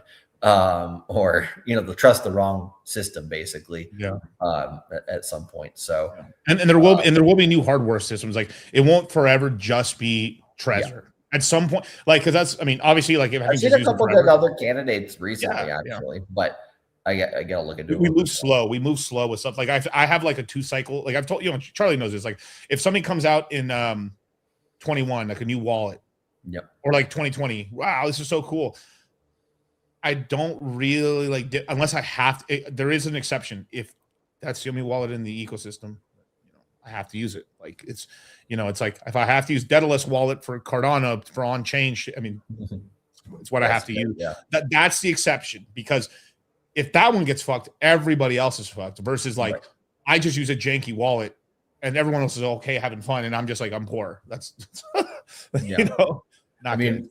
Kind of going back to Ethereum, because we haven't even talked about the purge and stuff, but like, do you think Ethereum will be here? Like, this is a question that I think right now a lot of people in crypto would retardedly say no to, right? Which is, you know, will Ethereum be here in 20 years? Well, yes.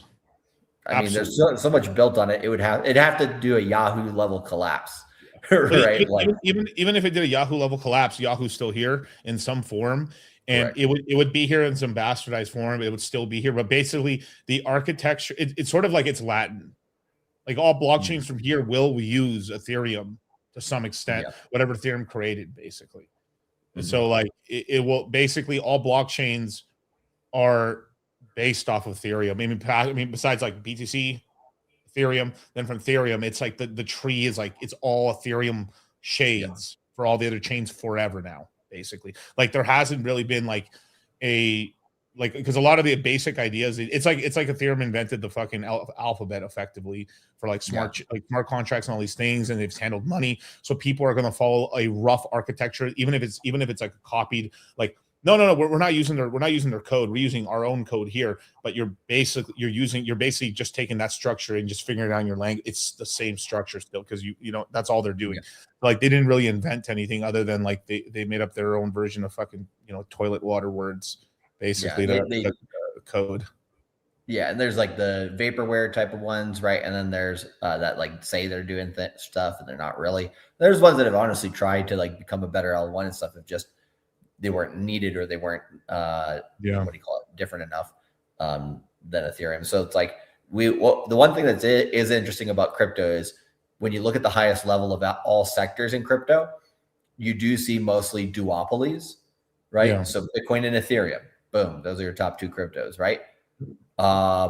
You know, when on Ethereum, it'll be right. You could say Sushi and Uniswap. Soon it'll be just Aerodrome and Uniswap, right? Yeah. With most transaction volume. You know, you can kind of go with a lot of the other different protocols that have come out, and you usually get like, you know, a couple choices for the majors, but that'll stick around. But it's not like, you know, we don't need 20 different layer one blockchains. You know, sorry, Metis, you know, you just, you know, you're cool and everything, but we just don't need you, right? Is kind of what ends up happening with a lot of the layer ones. And so like, I get why, you know, some projects are not going more towards privacy to make a differentiator.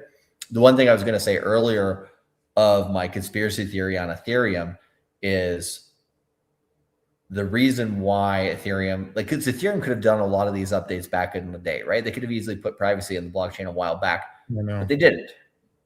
And, you know, kind of curious why. I mean, you know, we know Vitalik did have a meeting with Vladimir Putin at one point to tell him what cryptocurrency was, right? He's Russian by descent, and I think Canadian by country of origin. And like, what do you call it? He's probably had talks with other government officials as well, Wall Street, right? I'm guessing at some point, you know, they've rocked up to him and talked to him about different things. So I mean, like, at what point did they kind of bring him into the fold and say, hey, we're going to eventually do central bank digital currencies or stable coin related stuff, you know, that your technology is actually useful for that, right? At what point did they kind of come up to him and say, hey, you know, you shouldn't be doing this privacy stuff yet, but, you know, down the line, it's going to be okay once we're in the game, right?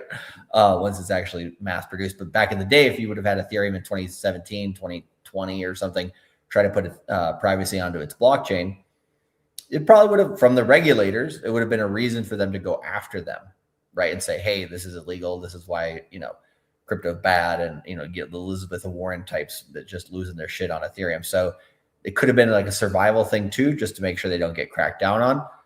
So there's different ways to kind of look at, you know, why they haven't done that.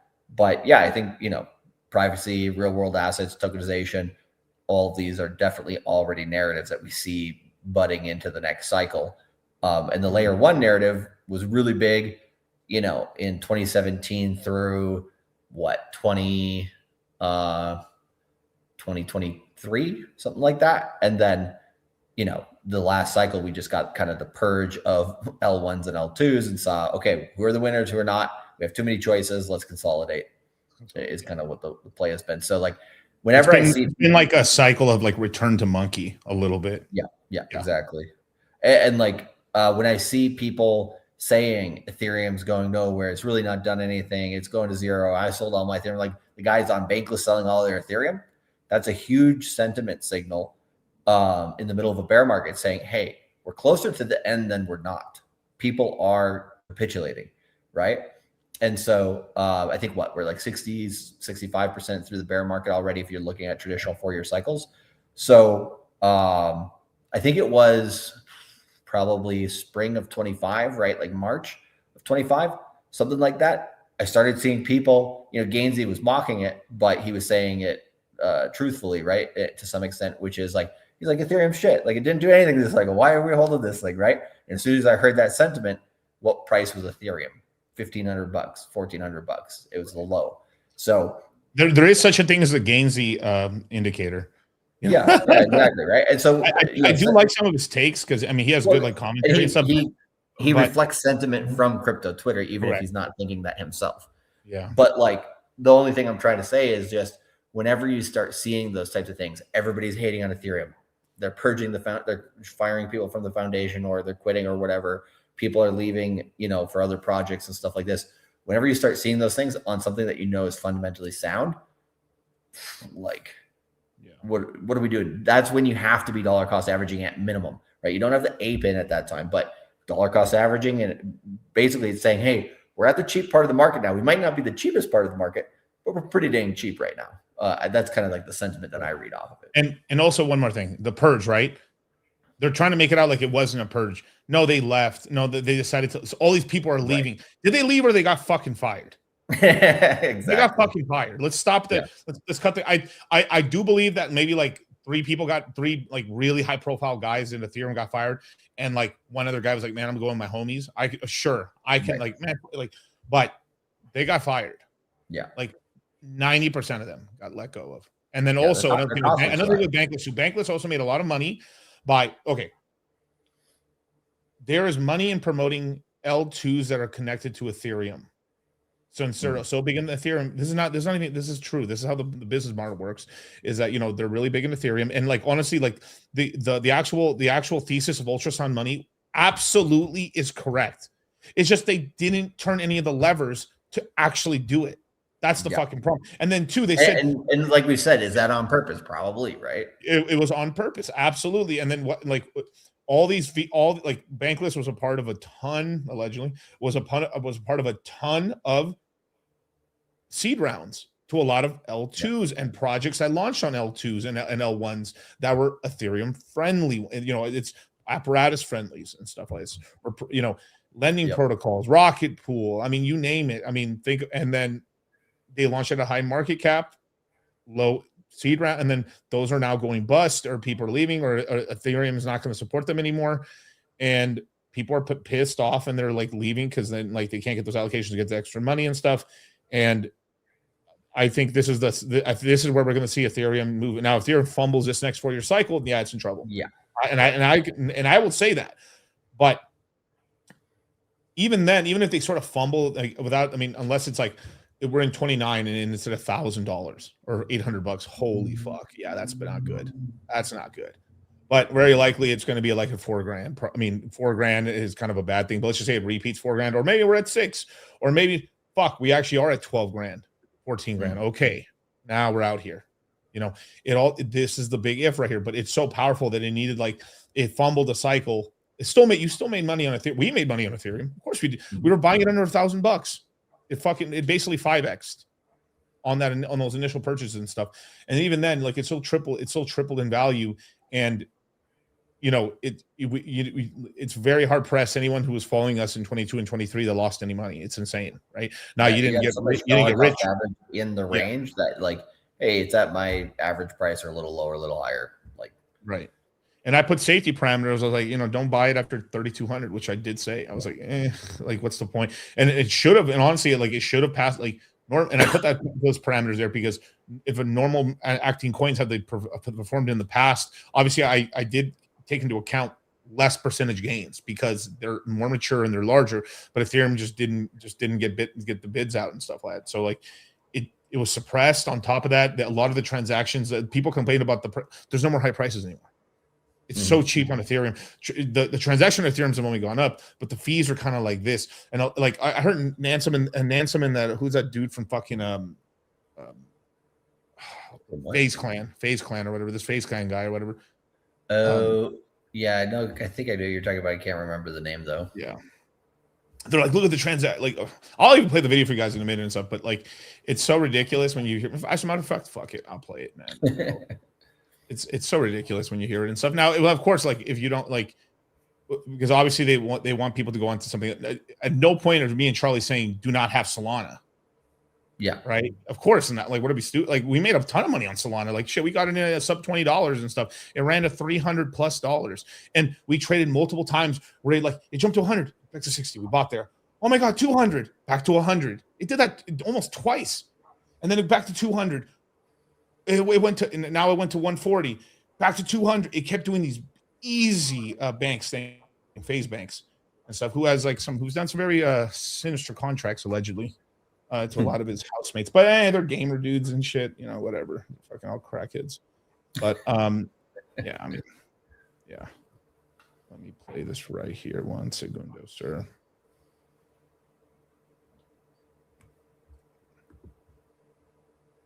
One second. Oh yeah, the Ondo founder died. That was crazy. I saw that, bro. I was like, oh damn, that's from what though? From what? They never say that. Like, obviously they're trying to hide it. Yeah, well, I mean, at the very, sometimes what do you call it? Like, whatever you put out, like a news flash on that, like a PR thing, or like just an obituary and stuff. Like a lot of the times they don't include cause of death, just because it's kind of anyone dying is just like, why? I mean, people are like, why do you want to know how he died? Because it's weird that he died. Yeah. Anytime well, it's like Kyle Busch, that NASCAR driver that died last week, he basically, like, what do you call it? Died of sepsis and pneumonia. So he got pneumonia from pushing himself driving so much over the last few weeks. And then he was like, basically, he still won a race with being sick, but he just didn't know how sick he was, right? By the time he got to the hospital, the sepsis basically took over too much, all the internal organs, right? Were fighting too hard, basically kind of cooks your insides. Something along those lines, right? And but he was 41, top of his game. Yeah. One of the best NASCAR drivers out there, right? And it's just like, for something like that, like, they didn't talk about his cause of death until like 2 or 3 days later. But like, yeah, everybody's like, yeah, we want to kind of know, because that age and where he was, in his career and everything was just like, it's a crazy wait. That's a crazy time to go out. I mean, like, that sucks. It does. Yeah, it just doesn't happen. Like, not to a 41-year-old. I mean, obviously, like, died in a car. Like, it's like, there was a giant accident. He died. Oh yeah, he died from the accident. Yeah, like Dale Earnhardt. Yeah. Yeah, or it's like, hey, he had cancer for a long time. That's what. All right, like, it makes sense. But you're like the first thing when I see someone, oh shit, did he get an accident or did he fall, or something? Or there was and there's preventable stuff too, right? Like, you would have because like his race car team knew he was like slightly sick, but they kept pushing, like, just bro, like, you're in a pretty high intense sport, like just go to the hospital just in case, like, it's easier to say that because like a lot of people, they just don't, it doesn't click like sometimes how serious something is until sometimes it's like too late, right? But there's a lot of preventable types of death like that. Yeah, and there's also like, I mean, also with crypto, one thing with crypto founders is there's always foul play. There could be, you have to think there could be foul play. It's happened to a lot of founders where they die or they get hurt or like someone goes after them. What's the incentive of him not being there? Like, what do other people get with him being gone? Because Ondo is the hugest platform for real world assets. So if you want to go conspiracy theory a little bit, right? Like, you want to find out what other people benefited. Like, do they get to appoint a new CEO that Wall Street likes better, or they have more control of, or something like that is definitely possible. Absolutely true. I'm trying to find this whole thing right quick. Gosh, damn, dude, they deleted it. I thought you just had it up. No, not that. The other one. Okay. What are you looking for? I'm looking for when they're talking about Ethereum, like how lame I got it is. I got Vitalik's tweet on it, but it's like a fucking giant essay.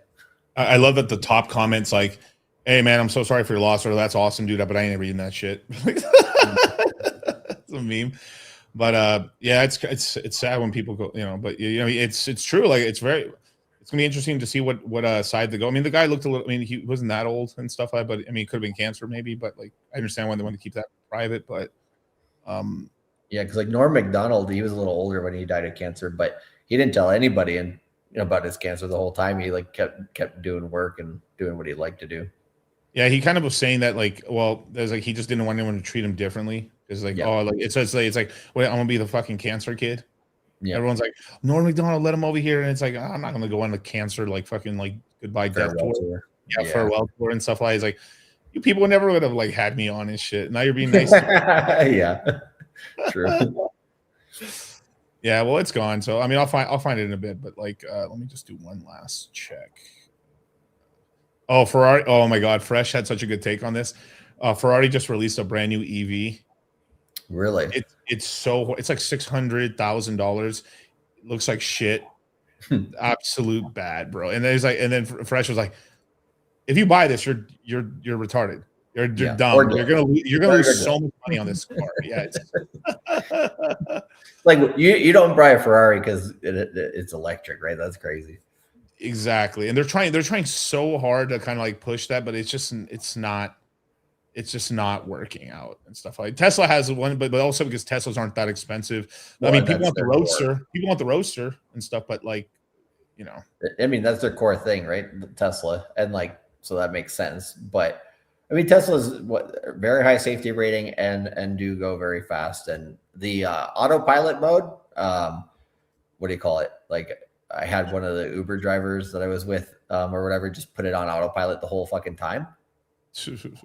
It worked. Like, it was better driver than probably he was. That's pretty cool. But let me play this real quick. So this is kind of to go to what we were talking about earlier with BTC a little bit. Like, this is, I do like these talks, but this is kind of, I mean, this is like how I privately sometimes think about stuff, like extrapolate out, but then, you know, and then I also like, all right, let's douse some water on this fire a little bit. But like, hear how they extrapolate a single idea. And Opties, he has this meme that he says 37 sats is generational wealth. And I'm about to break this down for you. So Opti did a good job breaking down 1 Bitcoin, 0.21 Bitcoin. I'm going to try to break down 263,000 sats. So that is if you were to divide the entire Bitcoin network, so 21 million Bitcoin divided by the denomination of sats by 8 billion people. I know the number is about 7.7, but to make numbers easier, let's just say there's 8 billion people in the world. If you were to equally divide the Bitcoin network, and obviously sats have been lost, Satoshi, you know, has about 1 million coins himself, that would be about 263,000 sats per person, globally distributed equally among everyone in the world. Obviously, that's not the case. Some people have more, some people have less. Obviously, we're all trying to keep up with Saylor and Satoshi. But 263,000 sats is the equivalent of 160 US cuck bucks. So $160 in US currency will currently get you 263,000 sats. But breaking down the meme further, so obviously CK has the meme 37 sats is generational wealth. He took that number because when he got into Bitcoin, it was 2016. In 100 years from instead of 2016 to 2116, so 100 years forward, the block reward for Bitcoin will be 37 sats. So that means that the global 37 sats every 10 minutes. Well, I mean, what do you call it? At that point, it's just transaction fees because technically 2140 is when all Bitcoin is supposed to be mined, right? So I don't even know if that information is 100% correct. But, I know, right? But yeah, well, let's humor this a little, like humor it a little bit. Basically, it gets no money, basically, but no Bitcoin's coming out and stuff. I mean, if people are used, I think it'd be more used like bars of gold, basically, at that point. Because I could sort of see like you're like how do I say it? Like you're if you are using BTC to buy a house or do anything, you'd be using like 1% of a BTC. Yeah. In 100 years, if Bitcoin's around, which I believe it will always exist in some form. And if it still retains a lot of value still, and it's just kind of growing towards money supply or kind of who knows, maybe it goes through a deflationary period one day where like there's just not as many people, and that could cause the price of Bitcoin to go down, but like it'll still be valuable. You know, I mean, there's a lot of shit, you know. But or maybe by then, you know, we're spacefaring and there's colonies and we have a Mars colony, a moon colony. You know, we've got 1 billion, like one, you know, maybe we've worked to the point where we finally have 1 billion people in space. There's another, you know, maybe the population has gone up in the United States, you know, in the world and stuff. Hopefully not going towards like a $1 billion population total around the planet. But not like Klaus Schwab would want, right? Right. I feel like some of these guys are just mad they're bald. Like a lot of these dudes are just bald, bro. Like God punishing them, I guess. But an actual Moongang. But I mean, but yeah, let's keep hearing what he's saying. Global Bitcoin network will be competing every block to get a subsidy of 37 sats, along with obviously transaction fees. But the subsidy itself will be 37 sats. So they're competing globally for 37 sats, and you don't know what basically the transaction fees will be at that time. We're assuming much higher than they are currently today, but the subsidy itself will be 37 sats. So when you think about it, there is 52,000 blocks per year if there's 210,000 blocks per 4-year epoch or thereabout. So that's assuming that there's 52,000 blocks per year. if you had 1% of the global hash rate, which would be a lot of the global hash rate at the time, that means that you're expecting to win 525 blocks per year. And that is to cover the operations of all your mining, your electricity, paying out your staff and everything. That means that if you were to multiply the 37 sats just from the subsidy, that's the only thing that you can guarantee because you don't know what the transaction fees are going to be, times 525 blocks for the year for the 1% of the hash rate. That means that your total revenue with just subsidy alone would be 19,425 sats. So think about that. You can get 10 times what the subsidy will be today if you had 1% of the hash rate. I don't even think this is going to be accurate because I think they're going to end up, they could bastardize Bitcoin slightly, or they could have like a you don't use it, you lose it mentality at some point where like your wallet's inactive for 20 fucking years. It goes back into the pile, the mining pile, possibly, who knows? Yeah, one thing he's saying here is a subsidy for the miners, but who's paying the subsidy, right?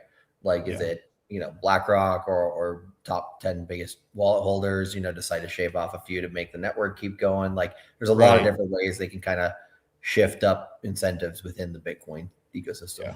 But it would be interesting. You're like, damn, like you might, you might use like, well, in 100 years, if it keeps going up in value, even if it's slow, even if it eventually slows down, you like, fuck, who knows? One sat buys you a stupid ass house. Seriously, I mean, like, what? You never know. You might be like, I called some kid a fucking asshole when I was fucking 11 and shit. And like, I'm a billionaire. You literally like, you have Bitcoin on all these dumb little wallets and shit. That's why you should write down your wallet. You never know. I mean, it's so stupid. Like, you might have like 0.5% of a Bitcoin that you forgot, or like you might have like $97 on a fucking random wallet, some hot wallet. You write it down, and then your fucking descendants, it's like, Grandpa was in Bitcoin back in the day, and they're like, there's these old wallets. They look it up, it's like, oh, what? They're like, you basically, it's like, fuck, dude, I haven't. Like, it's like your $97 could be like the entire street of houses for your family. Like, it's just like some runt shit that you completely fucking forgot, or a random fucking couch cushion money, as they say. Yeah. Like more like house fucking buying money, man. Damn. Yeah, that definitely ain't gonna happen. That ain't gonna happen if you take the cash and put it in a safe for 100 years, right? Exactly. That's gonna be worth dust. Yeah, exactly. One day my Harry Potter Inu is gonna be worth a fortune 100 years from now. That's right. but it's that shows the difference there between the fiat currency and Bitcoin as a store of value. Is just simply like dust turns to value over a long period of time versus value turns to dust over a long period of time. Like, literally just built exactly the opposite. Yeah, but here's a problem with a lot of people. That's gonna, I shouldn't say a problem, but what's gonna happen? Let's just say you are, let's say 20 years from now. 20 years from now, Charlie, right? That $100 you accidentally forgot on a wallet, right? Because you're doing all this stuff. And most people in here will have this. This will happen to them, especially because you create a lot of wallets over time. You're gonna forget. You might go on an old phone and be like, oh, I have some wallets in here. What the hell? Like, you shouldn't have a bunch of wallets in your phone, but like, you will. Are you? Oh, my old computer. Let me log in, see what it. Damn, I was watching a lot of porn. Whatever you're doing, right? You go on your old stuff 20 years down the line, and you're like, this $100 of a Bitcoin I had. Holy shit. This is $8,000 now, or whatever, or like it could be like, oh, this is 12 grand now. Holy shit! You're gonna fucking use it and spend it probably. First, and that's also the bit of the problem there too. I mean, hopefully it's like, wow, couch cushion, but you're probably gonna spend it. We're like, and that's actually the problem, because that's why it's hard for it to survive actually, because you have to really forget. Like, 100 years is a super long time, but I'm saying like 30 years, 50 years or something, then you find that $100 of crypto there, like 10% of, 1% of a Bitcoin, or like even less, like 1% of 1% of a BTC, you leave it on a wallet there, and in 50 years, it's like, dude, like, I bought my fucking house. I bought this fucking dope ass house and stuff. My grandpa found a wallet from, like, he remembered some old phone. We managed to like jerry rig it, and then like the family's like super happy right now. Yeah, CZ. I knew I left a mansion somewhere in my closet somewhere. Well, CZ's number, which I think is realistic in that medium to longer term time frame of like 30, 50 years, right? Is he was like, yeah, eventually 0.1 Bitcoin is going to buy the average house in America, which, in today's dollars, let's say is like $400,000 or something along those lines, right? Yeah, the average house. Yeah, the average over the entire country. Right. And so like 0.1 Bitcoin, maybe what he's thinking, right, is like Bitcoin will be $3 million a coin or something like that, right?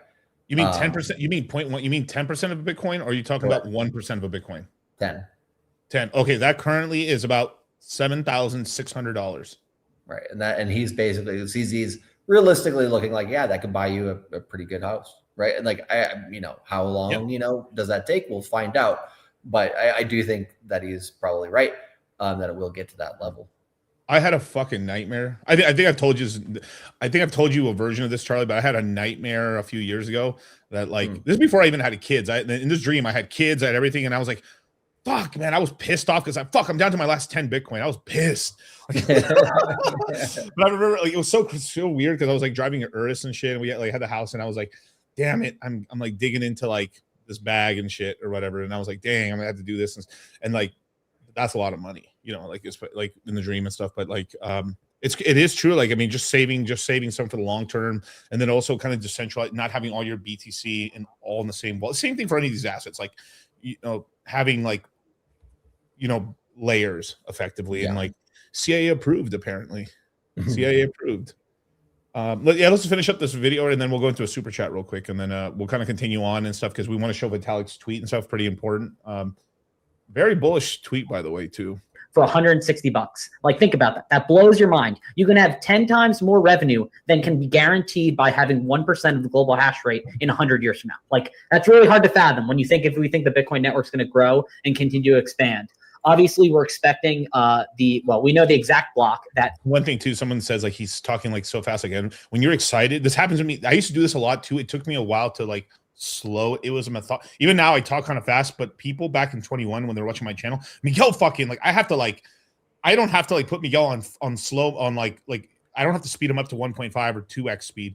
Like he's like 0.25 is fast enough for Miguel. I used to get that all the time. So when you're so excited, you're like, oh my god, like you start talking really fast, and so I know what he's feeling is genuine. Like it really is genuine because I get that sometimes. Like especially when I was newer to YouTubing, like I would like fucking like autistic out and shit and fucking like spaz out on speed. And you could tell he's thought about this for a long period of time, right? And so he's like, I did all the napkin math on it, and like if these 20 different what do you call it like scenarios, things that basically affect it, right? Like if they all line up just like this, then there's so many factors involved to how this could pan out, right? It's like really trying to project it that far out is like virtually impossible, but like I get what he's trying to do. Like every person here, you should, I mean, eventually I'll say this to like me and Charlie will do some kind of, you know how Rolo does his Ignite for his older guys. We one day 10 years from now, me and Charlie are going to do our version of Ignite for like our OG guys who have been with us a fucking long time, and be like, you guys, you need to put 10% of a Bitcoin and like whatever, an Ethereum or 2 Ethereum, and just leave it in that wallet and make another wallet, and then make another wallet and make another wallet, like time capsule money, like open every 10 years or something like that. Or like we'll do some version of that at some point with people. Because especially like 10 years from now, we'll 100% know the direction at that point. Because we're like, it's locked in now. We're good. We're golden. And it's true though, like you have 10% of Bitcoin, you know how much it's gonna be worth in 20 years?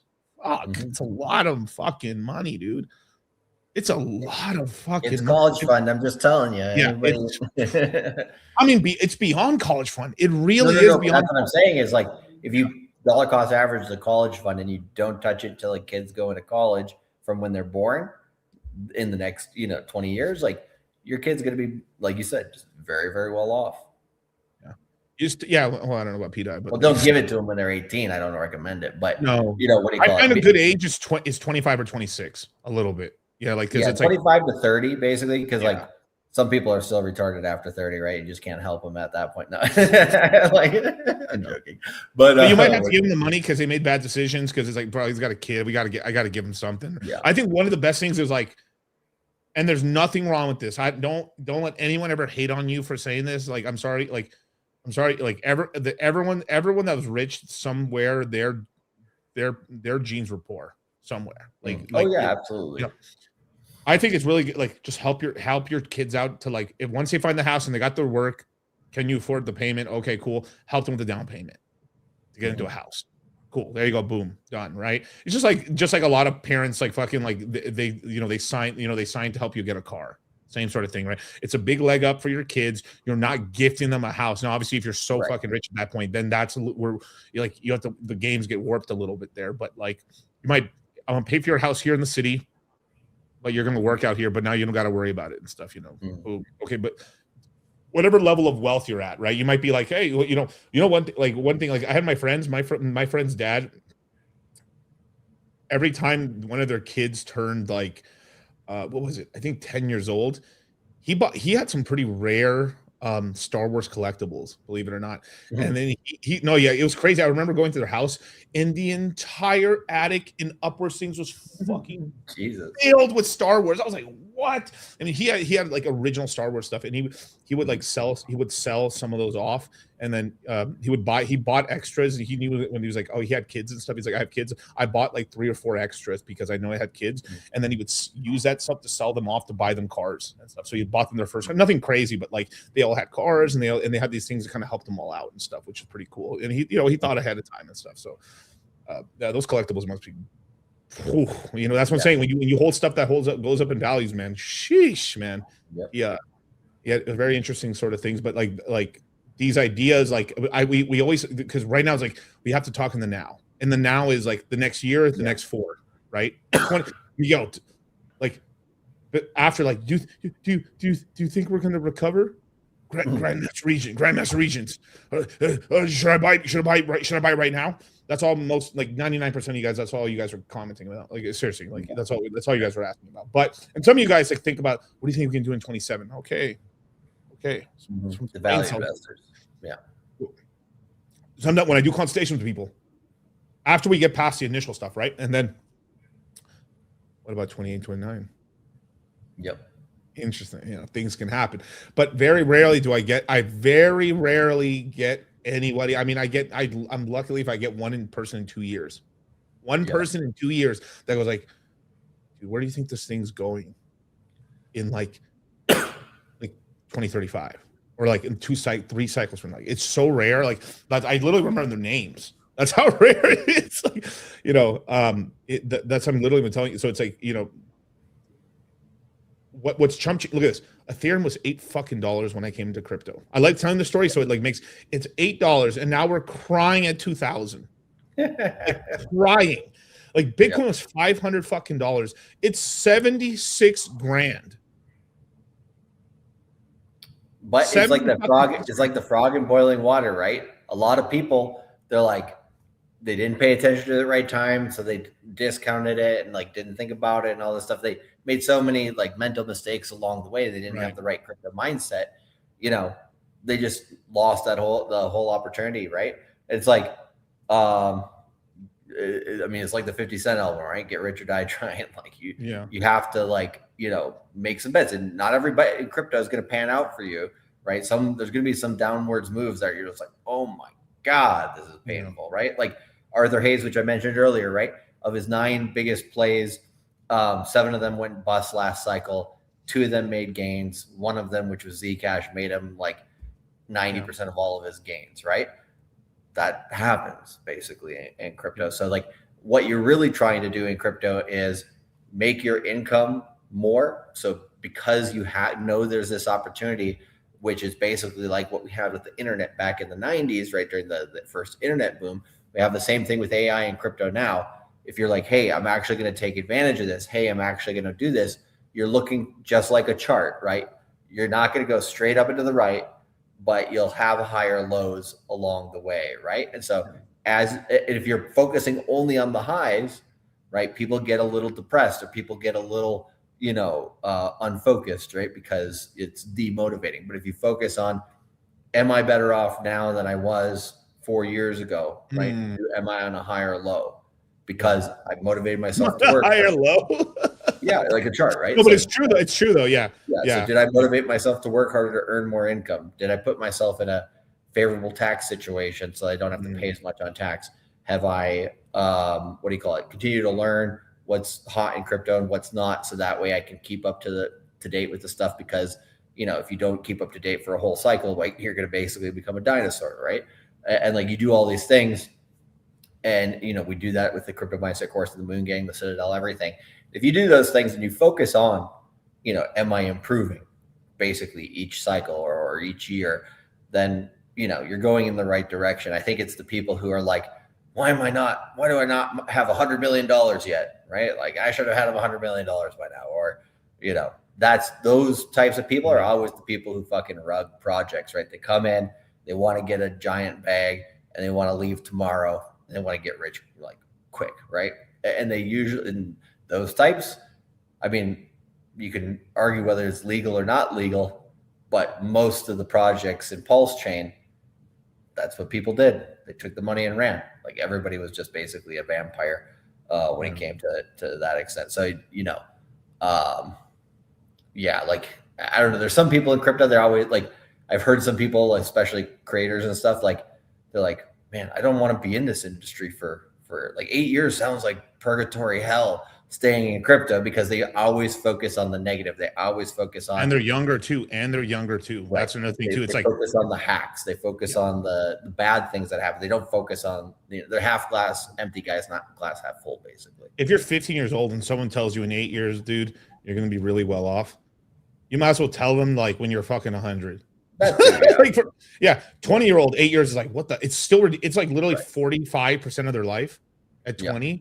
Well, and like, you also have to tell them, like, because like, that's the thing, like, especially from our high perspective. schools, Charlie? You're telling me I have to wait 2 high schools? Yes, sir. Yes, sir. But at the same time, right, by the time 2 high schools get done, you're going to be like, where the hell did all that fucking time go, right? So you got to give them a perspective of what, because like, I always, it's always interesting, right, when you tell your age to somebody who's older than like 65, they're like, no matter what age you are, practically, they're like, you have your whole life in front of you. You're young as fuck. Like, you still got a chance, right? You got a fighting chance. And it's like, I think a lot of people, they focus on, like you said, they focus a little bit too much on just current, right? And they don't really think far enough ahead. And if you start thinking far enough ahead, you get advice from the right people, then basically you can make those plans. But yeah, it is a bit of that having that right crypto mindset, or that long-term mindset, is a mindset that is hard to gain, especially as a young person, because it's like, you are in the here and now, right? Like, you're not focused even on tomorrow, because you are probably mostly paycheck to paycheck for most people, right? But there's a lot of factors to that.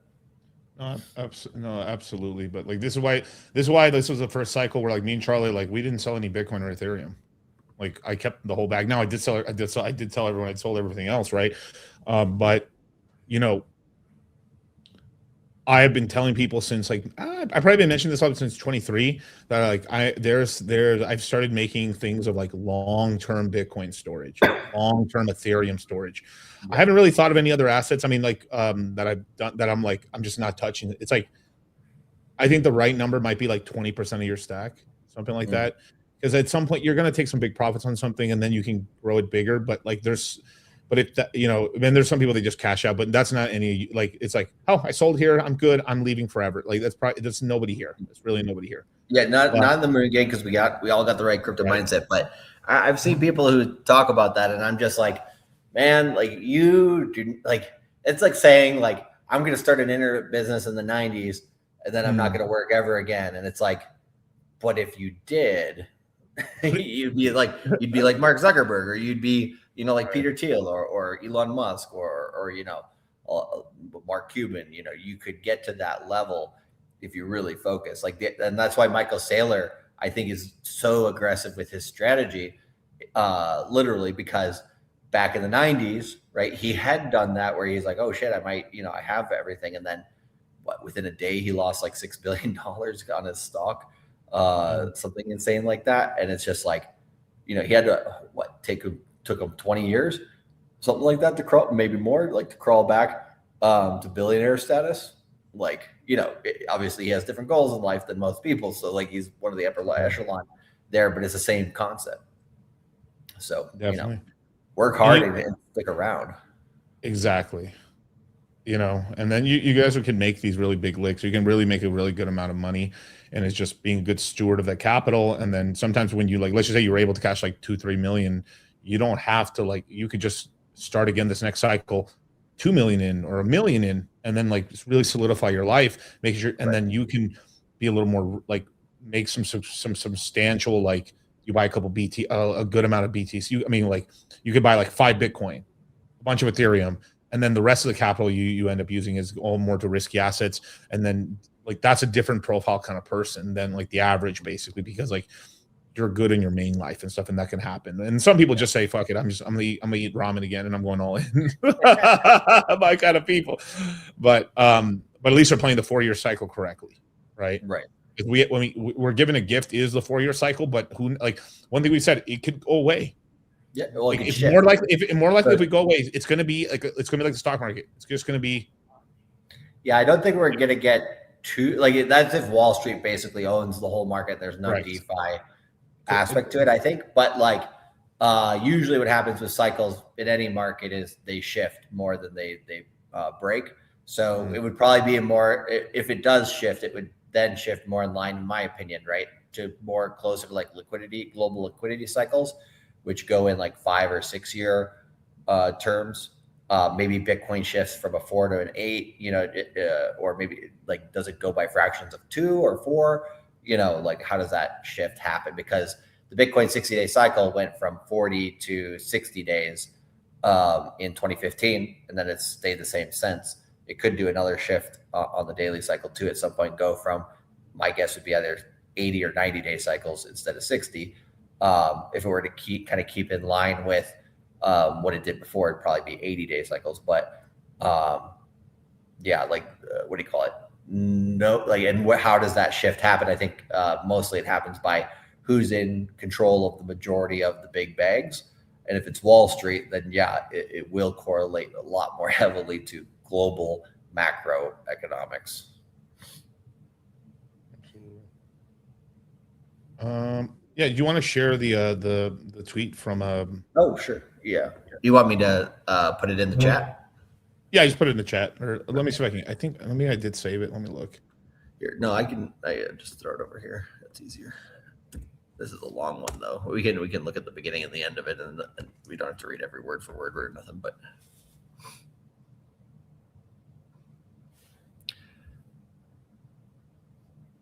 oh, okay. Yeah. Whoop. There we go. With the leak. All right. Let's see.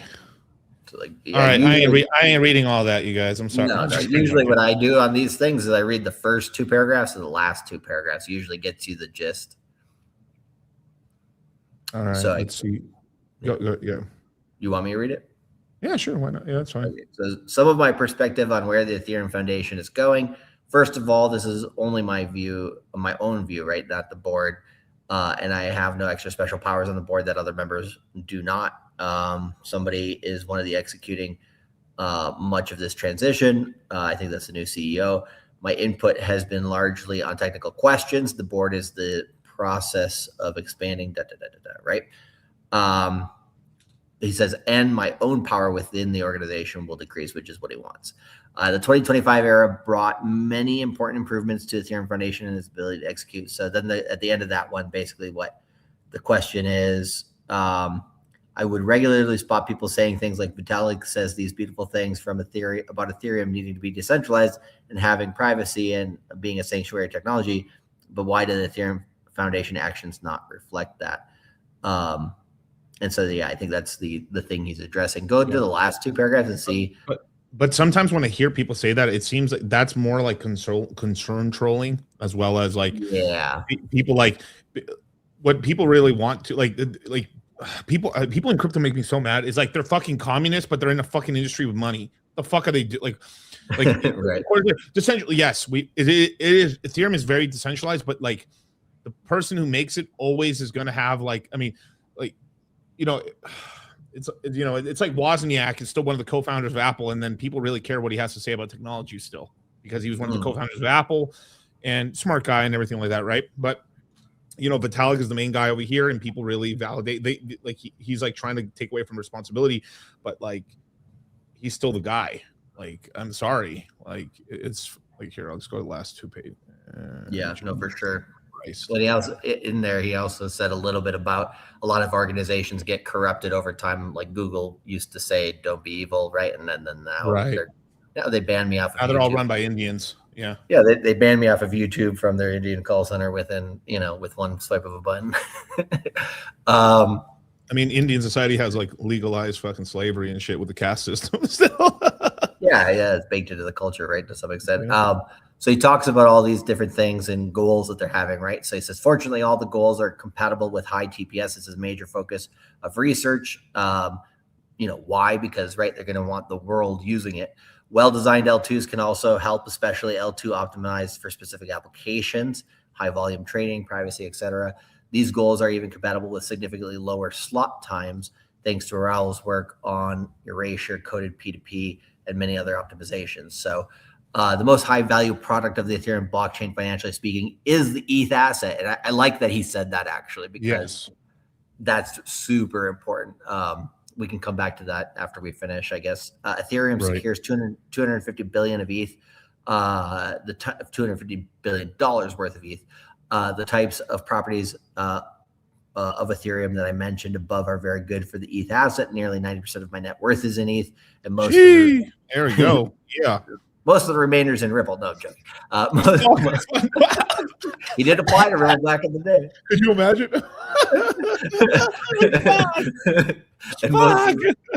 Most of the remainder is about $40 million of on-chain fiat. So stable coins, of which every dollar has already been allocated for some open source biotech or software hardware initiative.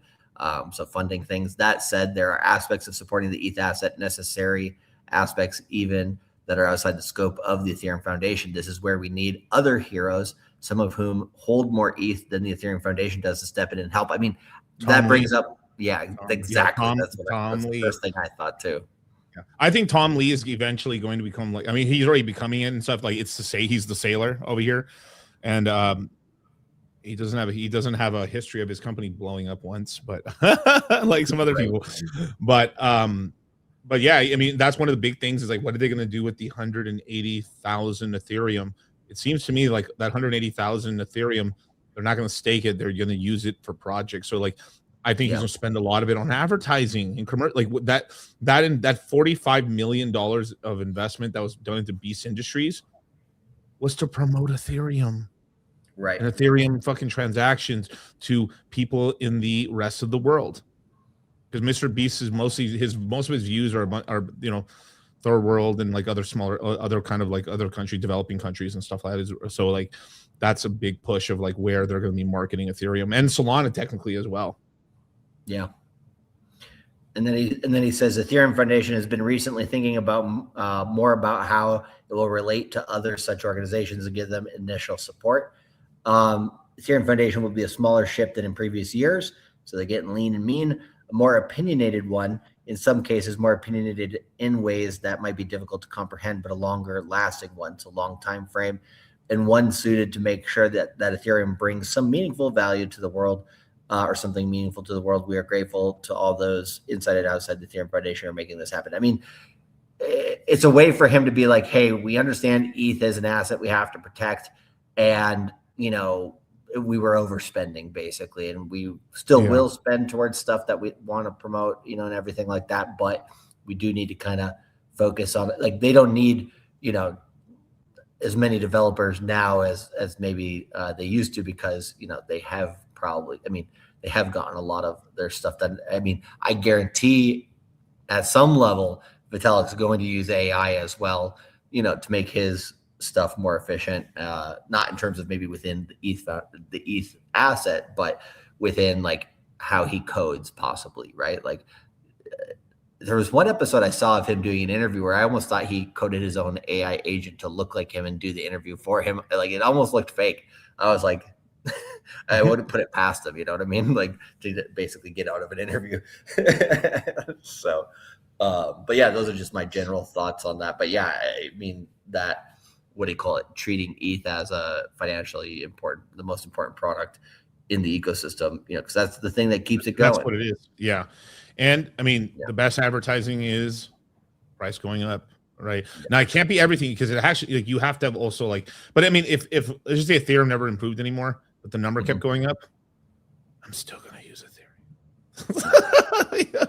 I mean, even if it people just want even if it was if it just did 90% of Ethereum of Bitcoin's gains, or hopefully would do 120, or the extra 20%, or maybe a 2x of whatever Bitcoin's doing, people happy.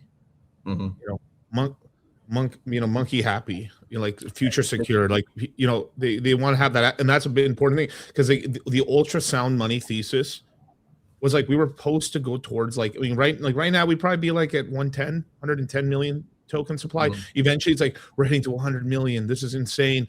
That would drive the token's price up. It would create more hype. People go back to Ethereum, return to Monkey. That's what right now they're currently doing, return to Monkey. There's all the people that are mad and shit. They're mad because they no longer have someone that's paying for their horse shit. And all these developments, and a lot of developments was worthless. They didn't do shit. Now some of it, you do need to do some experimentation on some of the stuff to actually try to create something. So I'm not saying all the work was bad or anything, but a lot of this L2 shit was worthless. Absolutely. Yeah, there's definitely a lot of people lining their pockets just trying to be around, right? Lining their pockets, Charlie. I mean, human nature. Maybe. Yeah, I mean, he got rid of a lot of furries. Let me tell you that and stuff like that. I mean, I'm not shocked that one fucked up thing. I don't know. This is a rumor, but this is pretty fucked up. It's true. Bankless fired most of their staff without telling them, without telling them, without giving them a notice or nothing. They just fired them one day through email. I was like, Jesus, dude. Allegedly, I don't know. This is a rumor, but they said that they fired most of their staff and stuff. So that's a crazy way to treat your people that have rocked with you for a while. That's not cool. Yeah, long live the furries. Yeah, long live the NSA. But yeah, that was the purge from the man itself. There, I mean, I will show one. I'm gonna show him, and I'm gonna show one more, just because it's so important. I mean, this one's so important. Yeah. Is I'm gonna just grab a yeah. Oh, let me share the screen here. This is Tom Lee right here on something about being right. The second story was probably So this entire video here is about being a contrarian. People get mad at you. People get mad at you when you say the thing they like the most is going to go down, and they also make fun of you or don't like you if you say the thing that went down is going to go back up. People just want the same trend. As long as you're going along with the trend, you okay.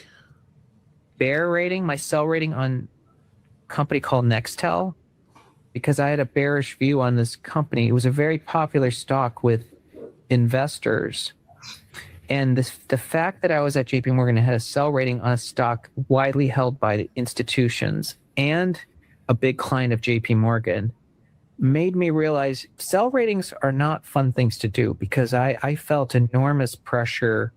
I suddenly became someone that everyone hated because I had a negative view on something that they all like. So I realized the power of being contrarian, but also how much heat there is. We still do that today because we can turn bullish when everyone's bearish, and it's the same thing. But being contrarian is not always fun.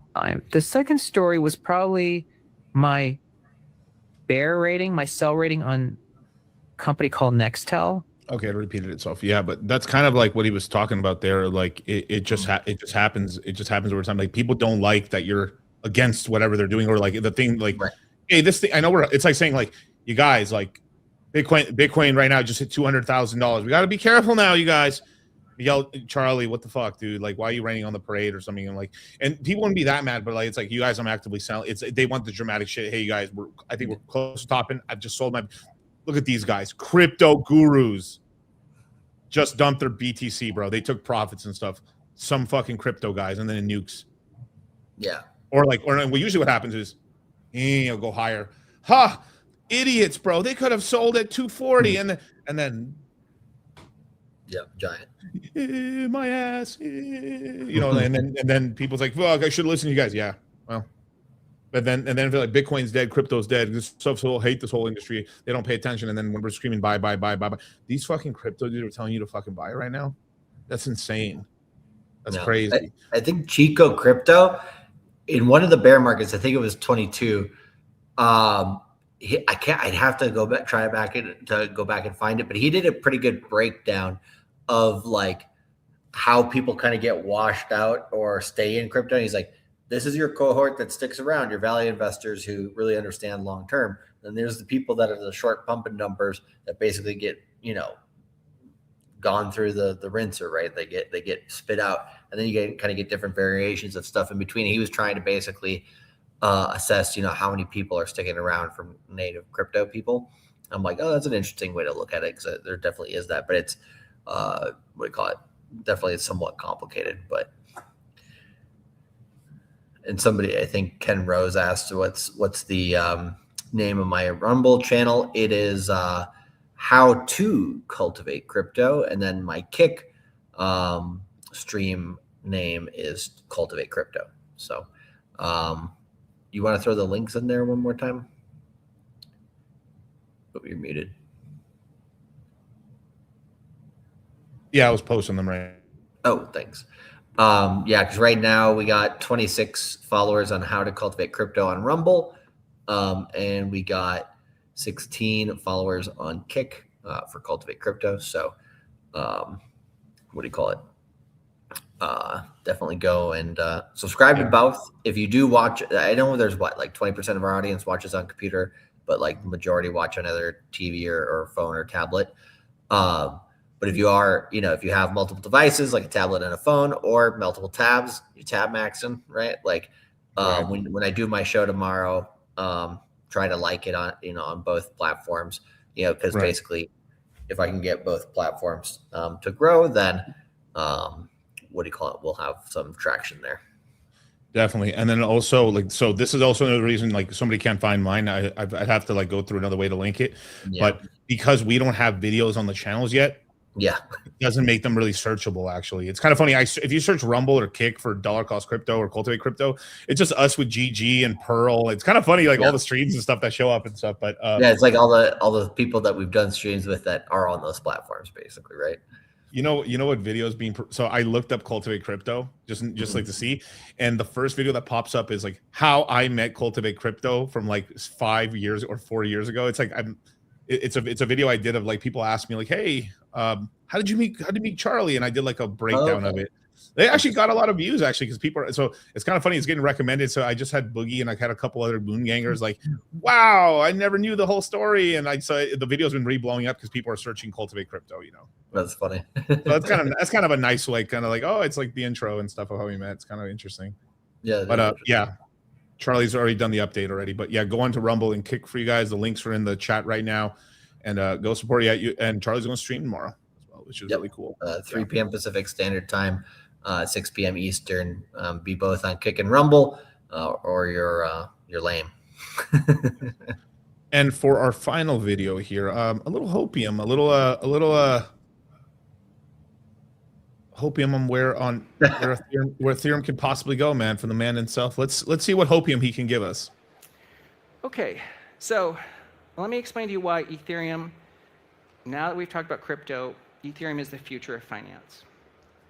And what I mean by that is Ethereum in this year, it's having its 1971 moment. But what I'm saying is that in 1971, the dollar went off the gold standard. And in 1971, it galvanized Wall Street to create financial products to make sure the dollar would be the reserve currency. Well, in 2025, we're tokenizing everything.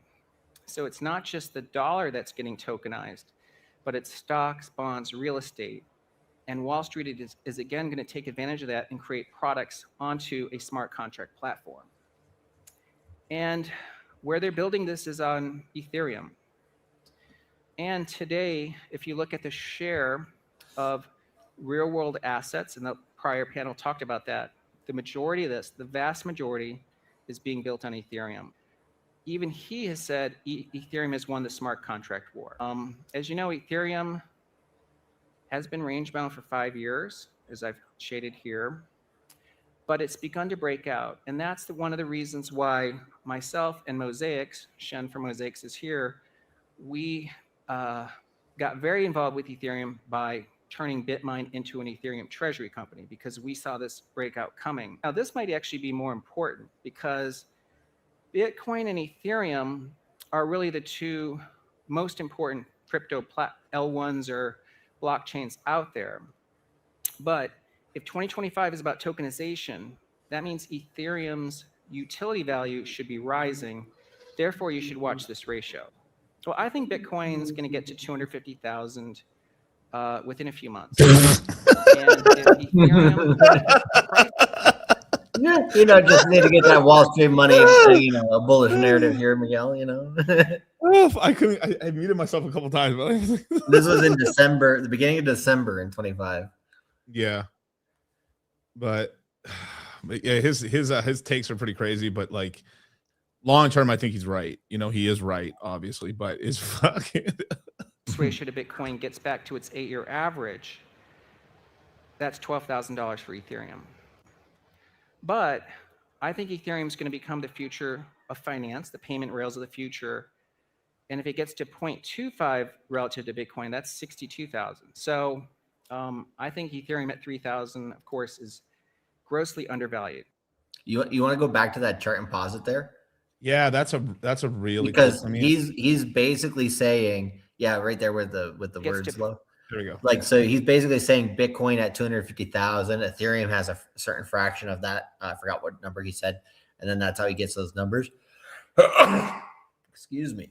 So if we look at like $100,000 Bitcoin, right? Like he's like,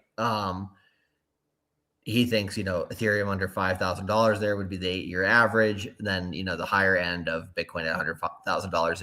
If it was a full payment rail at this point, it'd be, 25K, but it's, ETH is not, that area yet. So, it's kind of interesting. Oh yeah. So he says 0.25 of a Bitcoin versus 0.05. Right. And, obviously it could be a range, it could be a range and stuff like that, obviously as well. So it's the math still ends up being like, how hot is Bitcoin?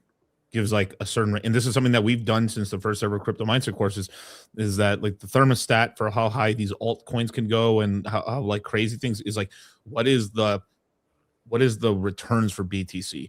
Now the problem also is like there's a secondary part of it that Ethereum is keeping up to that, and then that causes through the liquidity pools in DeFi causes like a massive alt run, which everyone's very happy about because these speculations in the alt seasons turn into real wealth in BTC and Ethereum and stables eventually. And then the people who end up taking those profits are, ascended basically.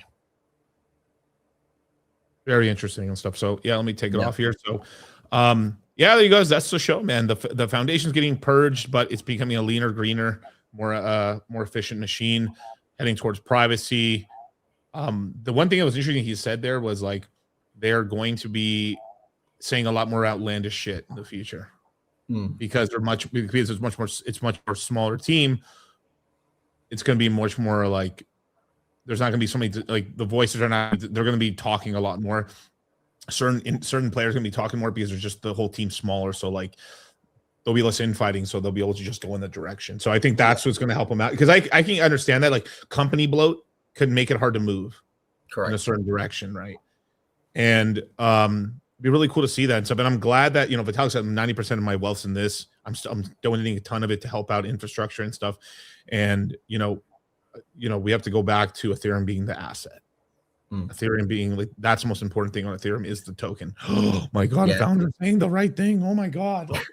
And when you look at what Vitalik has done in terms of with going to proof of stake and having all the mechanisms basically that they can do, is Vitalik essentially has made himself the Federal Reserve of Ethereum in the sense that he can kind of move the levers how he wants to promote more burning versus less and all that type of thing, right? With how he interacts with L2s and how he chooses different things. So him being a more active Ethereum chair, to some extent, while he goes down, in impact in terms of, his bags and stuff, is good, but he can't, I think a lot of like, kind of like Richard Hart wanting to basically, I want to be as hands off as possible, let this thing grow on itself. It's like, you know, you kind of have to baby the baby quite a while in crypto before you can really let. It's kind of like, you know, I just had this kid. He's like 3 years old.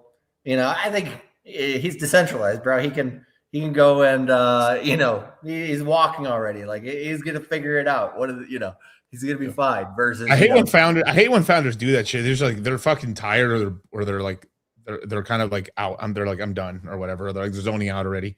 Yeah. Like versus yeah. I mean, if they wait for what 4 cycles, 16 years, let the network be able to at least get a driver's license. You know what I mean? Like once that happens, then you can kind of let it go and it'll, you know. But like, damn, man, like you know, trying to let the chain just. I mean, obviously Bitcoin was successful in that, but you know, that's the 0 to 1 moment, and it's not much easier. It's actually the most hard, but repeating that exactly again is just, you know, so difficult that it almost never happens in crypto.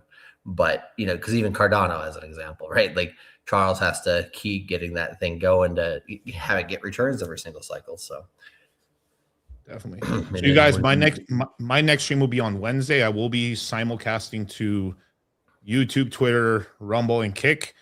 And Charlie's gonna be streaming tomorrow on Rumble and Kick tomorrow.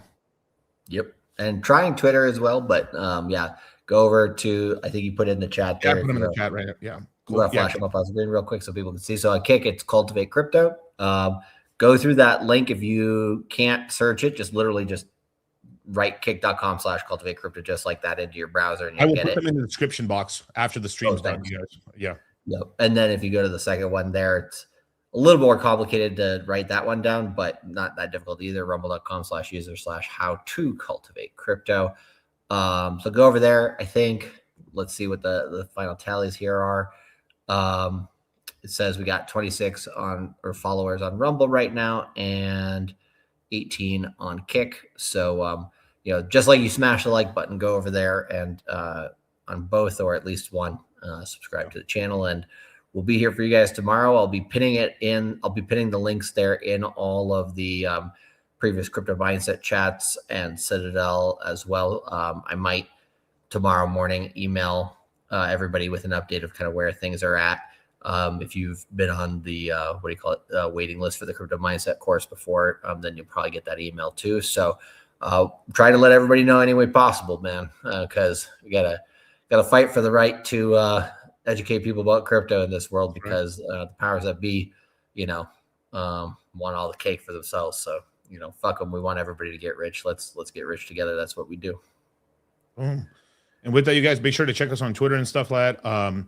Charlie will post the links on there too as well before he goes live and everything like that. And you know, we're gonna, let's get this started, man. Let's be unruggable, basically. So shout out to the Moongang, you guys, man. Thank you guys so much for joining us for Moongang 213.